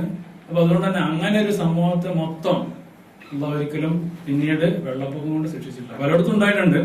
ഫിർഔനെ തൂഫാൻ കൊണ്ട് അല്ലാഹു പരീക്ഷിച്ചിട്ടുണ്ട് അല്ലെ. അതിലൊരു തൂഫാനും പറയുന്നുണ്ട്. അവിടെ വെള്ളപ്പൊക്കം നൈൽ നദി കരകവിഞ്ഞൊഴുകിയിട്ടുണ്ട്.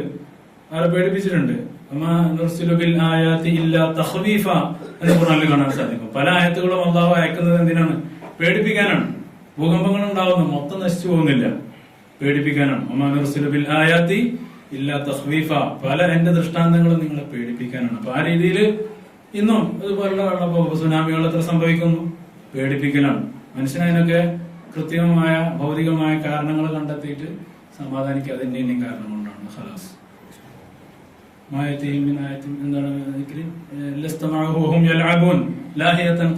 ഖുർആൻ പറയണം.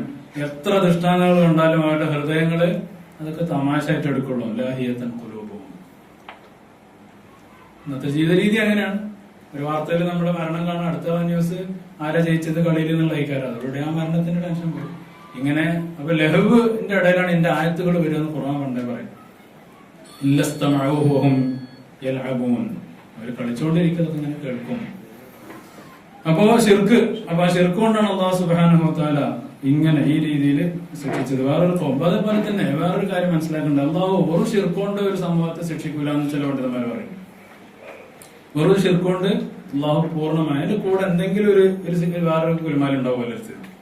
അതിന്റെ അപവാദം മഹാനായ നൂഹ് നബി അലൈഹി സ്വലാത്തു വസ്സലാമിന്റെ ഖൗം മാത്രമുള്ളതാണ്. നൂഹ് നബിയുടെ ഖൗമിനെ നശിപ്പിച്ചത് ശിർക്ക് കൊണ്ട് മാത്രമാണ്. മറ്റു പല സമൂഹങ്ങളെ അള്ളാഹു ശിക്ഷിച്ചത് പല തമ്മാടിത്തങ്ങളും അവരുടെ കൂടുതലുണ്ടാവും. ലൂത്ത് നബിയുടെ സമൂഹത്തിൽ സഡോമിസ് ഉണ്ടായിരുന്നു. വേറെ ചില സമൂഹങ്ങളുടെ ഇടയിൽ അളത്തത്തിലും തൂക്കത്തിലും കുറവ് വരുത്തലുണ്ടായിരുന്നു. മൂസാ നബിയുടെ സമൂഹത്തിൽ ഒരു വിഭാഗത്തെ എന്നേക്കുമായി അടിമകളാക്കി വെക്കുന്ന ഒരു സമ്പ്രദായം, വളരെ ക്രൂരത. ചിലര് ആഡംബരത്തിന്റെ അങ്ങേതല, അതുകൊണ്ട് അവരെ ശിക്ഷിക്കുകയാണ്. അവര് വലിയ കോട്ടകളും ജിബാലി ബുയൂത്തൻ ഫാരിഹിൻ അല്ലെ, വലിയ വലിയ വല്ലാതെ ആഡംബരം. അതുകൊണ്ട് ഖുർആൻ പറയുന്നു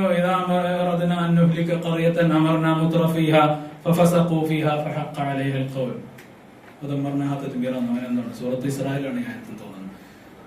അപ്പൊ എന്താ പറയുന്നത്? അള്ളാഹു ഒരു ഖൗമിനെ ശിക്ഷിക്കാൻ ഉദ്ദേശിച്ച് നമ്മൾ പ്രത്യേകം കാത് തുറന്ന് കേൾക്കേണ്ട ഒരു വിഷയമാണ്. നമ്മുടെ നാട്ടിലൊക്കെ വിവാഹമാമങ്ങൾ പൊടിക്കുന്നുണ്ട്. വലിയ വലിയ രാജ്യന്മാരും വേണ്ടപ്പെട്ട ആൾക്കാരൊക്കെ അങ്ങനെ വലിയ സമ്പത്ത് മുഴുവനും ജനങ്ങളുടെ മുന്നിൽ പ്രദർശിപ്പിച്ചുകൊണ്ട് അഹങ്കാരത്തിന്റെ പ്രകടനങ്ങളായിട്ടുള്ള കല്യാണങ്ങളൊക്കെ നടക്കുന്നുണ്ട്. അള്ളാഹു ഇതൊക്കെ ഇങ്ങനെ കാണുന്നുണ്ട്. അള്ളാഹു പറയുന്നത് ഇതാ അറദിന അന്നുഹലിക ഖറിയതൻ, ഒരു ഖറിയത്തിനെ നാം നശിപ്പിക്കാൻ ഉദ്ദേശിച്ചാൽ അമർന മുത്രഫിഹ, അവിടെയുള്ള ആഡംബരപ്രിയരെ നാം വർദ്ധിപ്പിക്കും. അമർനക്ക് അക്സർന എന്നൊരു അർത്ഥമുണ്ട്. അല്ലെങ്കിൽ അവരോട് കൽപ്പിക്കും.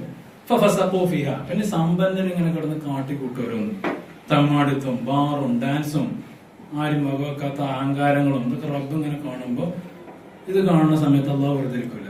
അപ്പൊ വരും ശിക്ഷ എന്നാണ്.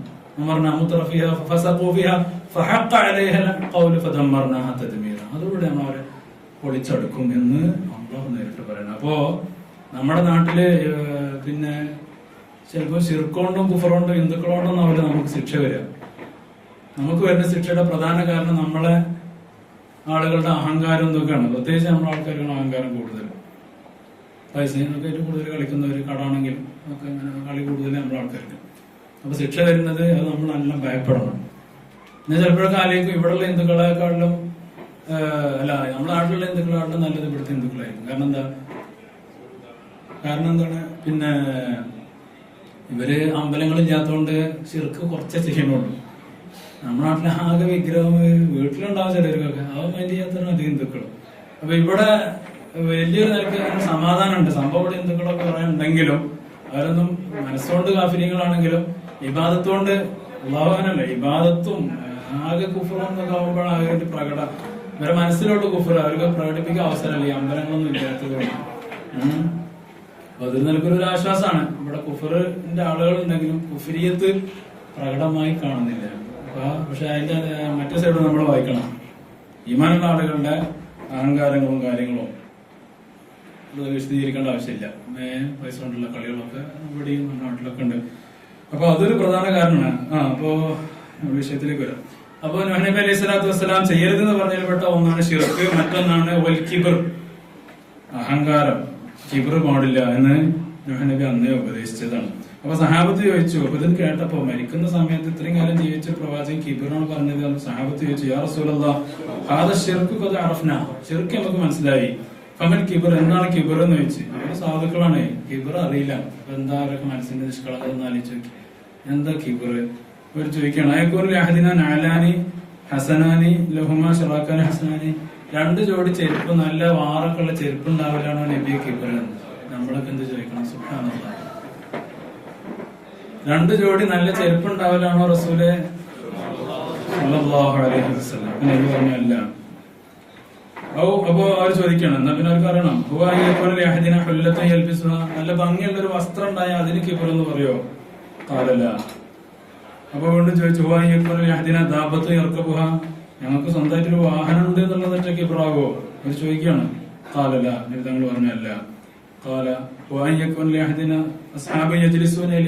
ഒരാൾക്ക് കുറച്ച് അനുയായികളൊക്കെ ഉണ്ടാവുക എന്നുള്ളതൊക്കെ കിബറാവോ? നമുക്കൊക്കെ ഫ്രണ്ട്സ് അങ്ങനെ. നബിതങ്ങൾ പറഞ്ഞു അതുമല്ല. പിന്നെ എന്താണ് കിബർ എന്ന് നബിതങ്ങളെ പറഞ്ഞു തരണം എന്നപ്പോ നബിതങ്ങൾ പറഞ്ഞു, സഫഹുൽ ഹഖി വഗംതുൻ നാസ്, ഹഖ് പറഞ്ഞാൽ അതിനെ പോയത്തമായി പറയാം. ഒരാളൊരു കാര്യം പറഞ്ഞ ഈ ഓടമുട്ട അല്ലെങ്കിൽ ഒരു മണ്ടത്തരം പറയാതെ എന്ന് പറയുന്ന ഒരു മാനസികാവസ്ഥ ഉണ്ടല്ലോ, അതാണ് കിബർ. സത്യം അംഗീകരിക്കാതിരിക്കുക, വഗംതുൻ നാസ്, ജനങ്ങളെ ചെറുതായി കാണുക. അത് അല്ലാഹുവിന് തീരെ ഇഷ്ടമില്ലാത്തൊരു സ്വഭാവമാണ്. സത്യം സത്യമെന്ന് അംഗീകരിക്കാതിരിക്കുക. എല്ലാ പ്രവാചകന്മാരും നേരിട്ട ഏറ്റവും വലിയ പ്രശ്നം അതാണ്. കാലൽ മലവല്ലദീന ഖൗമി, എല്ലാ സമൂഹത്തിലും അഹങ്കാരികളാണ് റസൂൽ പ്രവാചകന്മാർക്ക് വെല്ലുവിളി ഉണ്ടായി.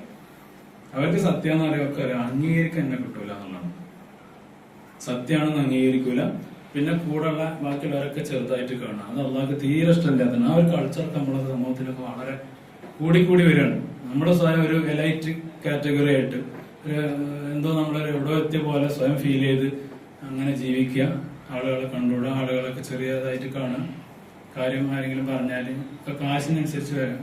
ഒരു കാര്യം ഒരാൾ നേരെ പറഞ്ഞു, പക്ഷെ അയാൾ പറയാൻ ഒന്നുമില്ല, വണ്ടിയില്ല, ശമ്പളമില്ല, അല്ലെങ്കിൽ ജോലിയില്ല, സാധുവാണ്, പറഞ്ഞത് കാര്യമാണ്. ഒരു പോയി പണിയാകട്ടെ എന്ന് ഇവിടുന്ന് സ്വകാര്യം പറയും. ഇതൊക്കെ നമ്മുടെ നാട്ടില് കമ്മിറ്റികളില് പള്ളിയിൽ എല്ലായിടത്തും ഉണ്ട് സ്വഭാവം. അള്ളാഹുവിന് ഒരിക്കലും ഇഷ്ടമില്ലാത്ത കാര്യമാണ്. നൂഹ് നബി അലൈഹി സ്വലാത്തു വസ്സലാം മകനോട് പ്രത്യേകം മക്കളോട് വസിയ്യത്ത് ചെയ്തിൽപ്പെട്ടതാണ് എന്ത്? ജനങ്ങളെ ചെറുതായി കാണരുത്, സത്യത്തെ സത്യമായി അംഗീകരിക്കാത്ത സത്യം പറയുന്നവരെ വെട്ടികളായി കാണും. ഈ 2 കാര്യം നിങ്ങൾ ചെയ്യരുത് എന്ന് മഹാനായ നൂഹ് നബി അലൈഹി സ്വലാത്തു വസ്സലാം മക്കളോട് ഉപദേശിച്ചു എന്ന് കാണാൻ സാധിക്കും. നൂഹ് നബിയുടെ ഖബർ മസ്ജിദുൽ ഹറാമിന്റെ പരിസരത്താണ് എന്നാണ് പ്രബലമായ. മസ്ജിദുൽ ഹറാമിന്റെ പരിസരത്ത്, പള്ളിയുടെ പരിസരത്ത് എവിടെയാണ് എന്നതാണ് ഇമാം തബരിയും മറ്റുള്ള പണ്ഡിതന്മാരും മുഫസ്സിരീങ്ങളൊക്കെ പറയുന്നത്. വേറെ ചില സ്ഥലങ്ങൾ പറയപ്പെടുന്നുണ്ട്, പക്ഷെ പ്രബലമായ അഭിപ്രായപ്രകാരം മസ്ജിദുൽ ഹറാമിനടുത്താണ്. ഇത്തരം കാര്യങ്ങളൊക്കെയാണ് ഇൻഷാ അല്ലാഹ് മഹാനായ നൂഹ് നബി അലൈഹി സ്വലാത്തു വസ്സലാമുമായി ബന്ധപ്പെട്ടിട്ട് നമുക്കുള്ളത്. നൂഹ് നബിയുടെ ഏറ്റവും വലിയ സവിശേഷതയായ ഖുർആൻ പറയുന്നത് ഇന്നഹു കാന അബ്ദൻ ശകൂറ, ഏറ്റവും നന്ദിയുള്ള അടിമയായിരുന്നു മഹാനായ നൂഹ് നബി അലൈഹി സ്വലാത്തു വസ്സലാം എന്നാണ്. നമ്മൾ നേരത്തെ ഇദ്രീസ് നബിയെ കുറിച്ച് പറഞ്ഞപ്പോൾ ഇതേപോലെ ഒരു സ്വഭാവം പറഞ്ഞു. എന്തായിരുന്നു?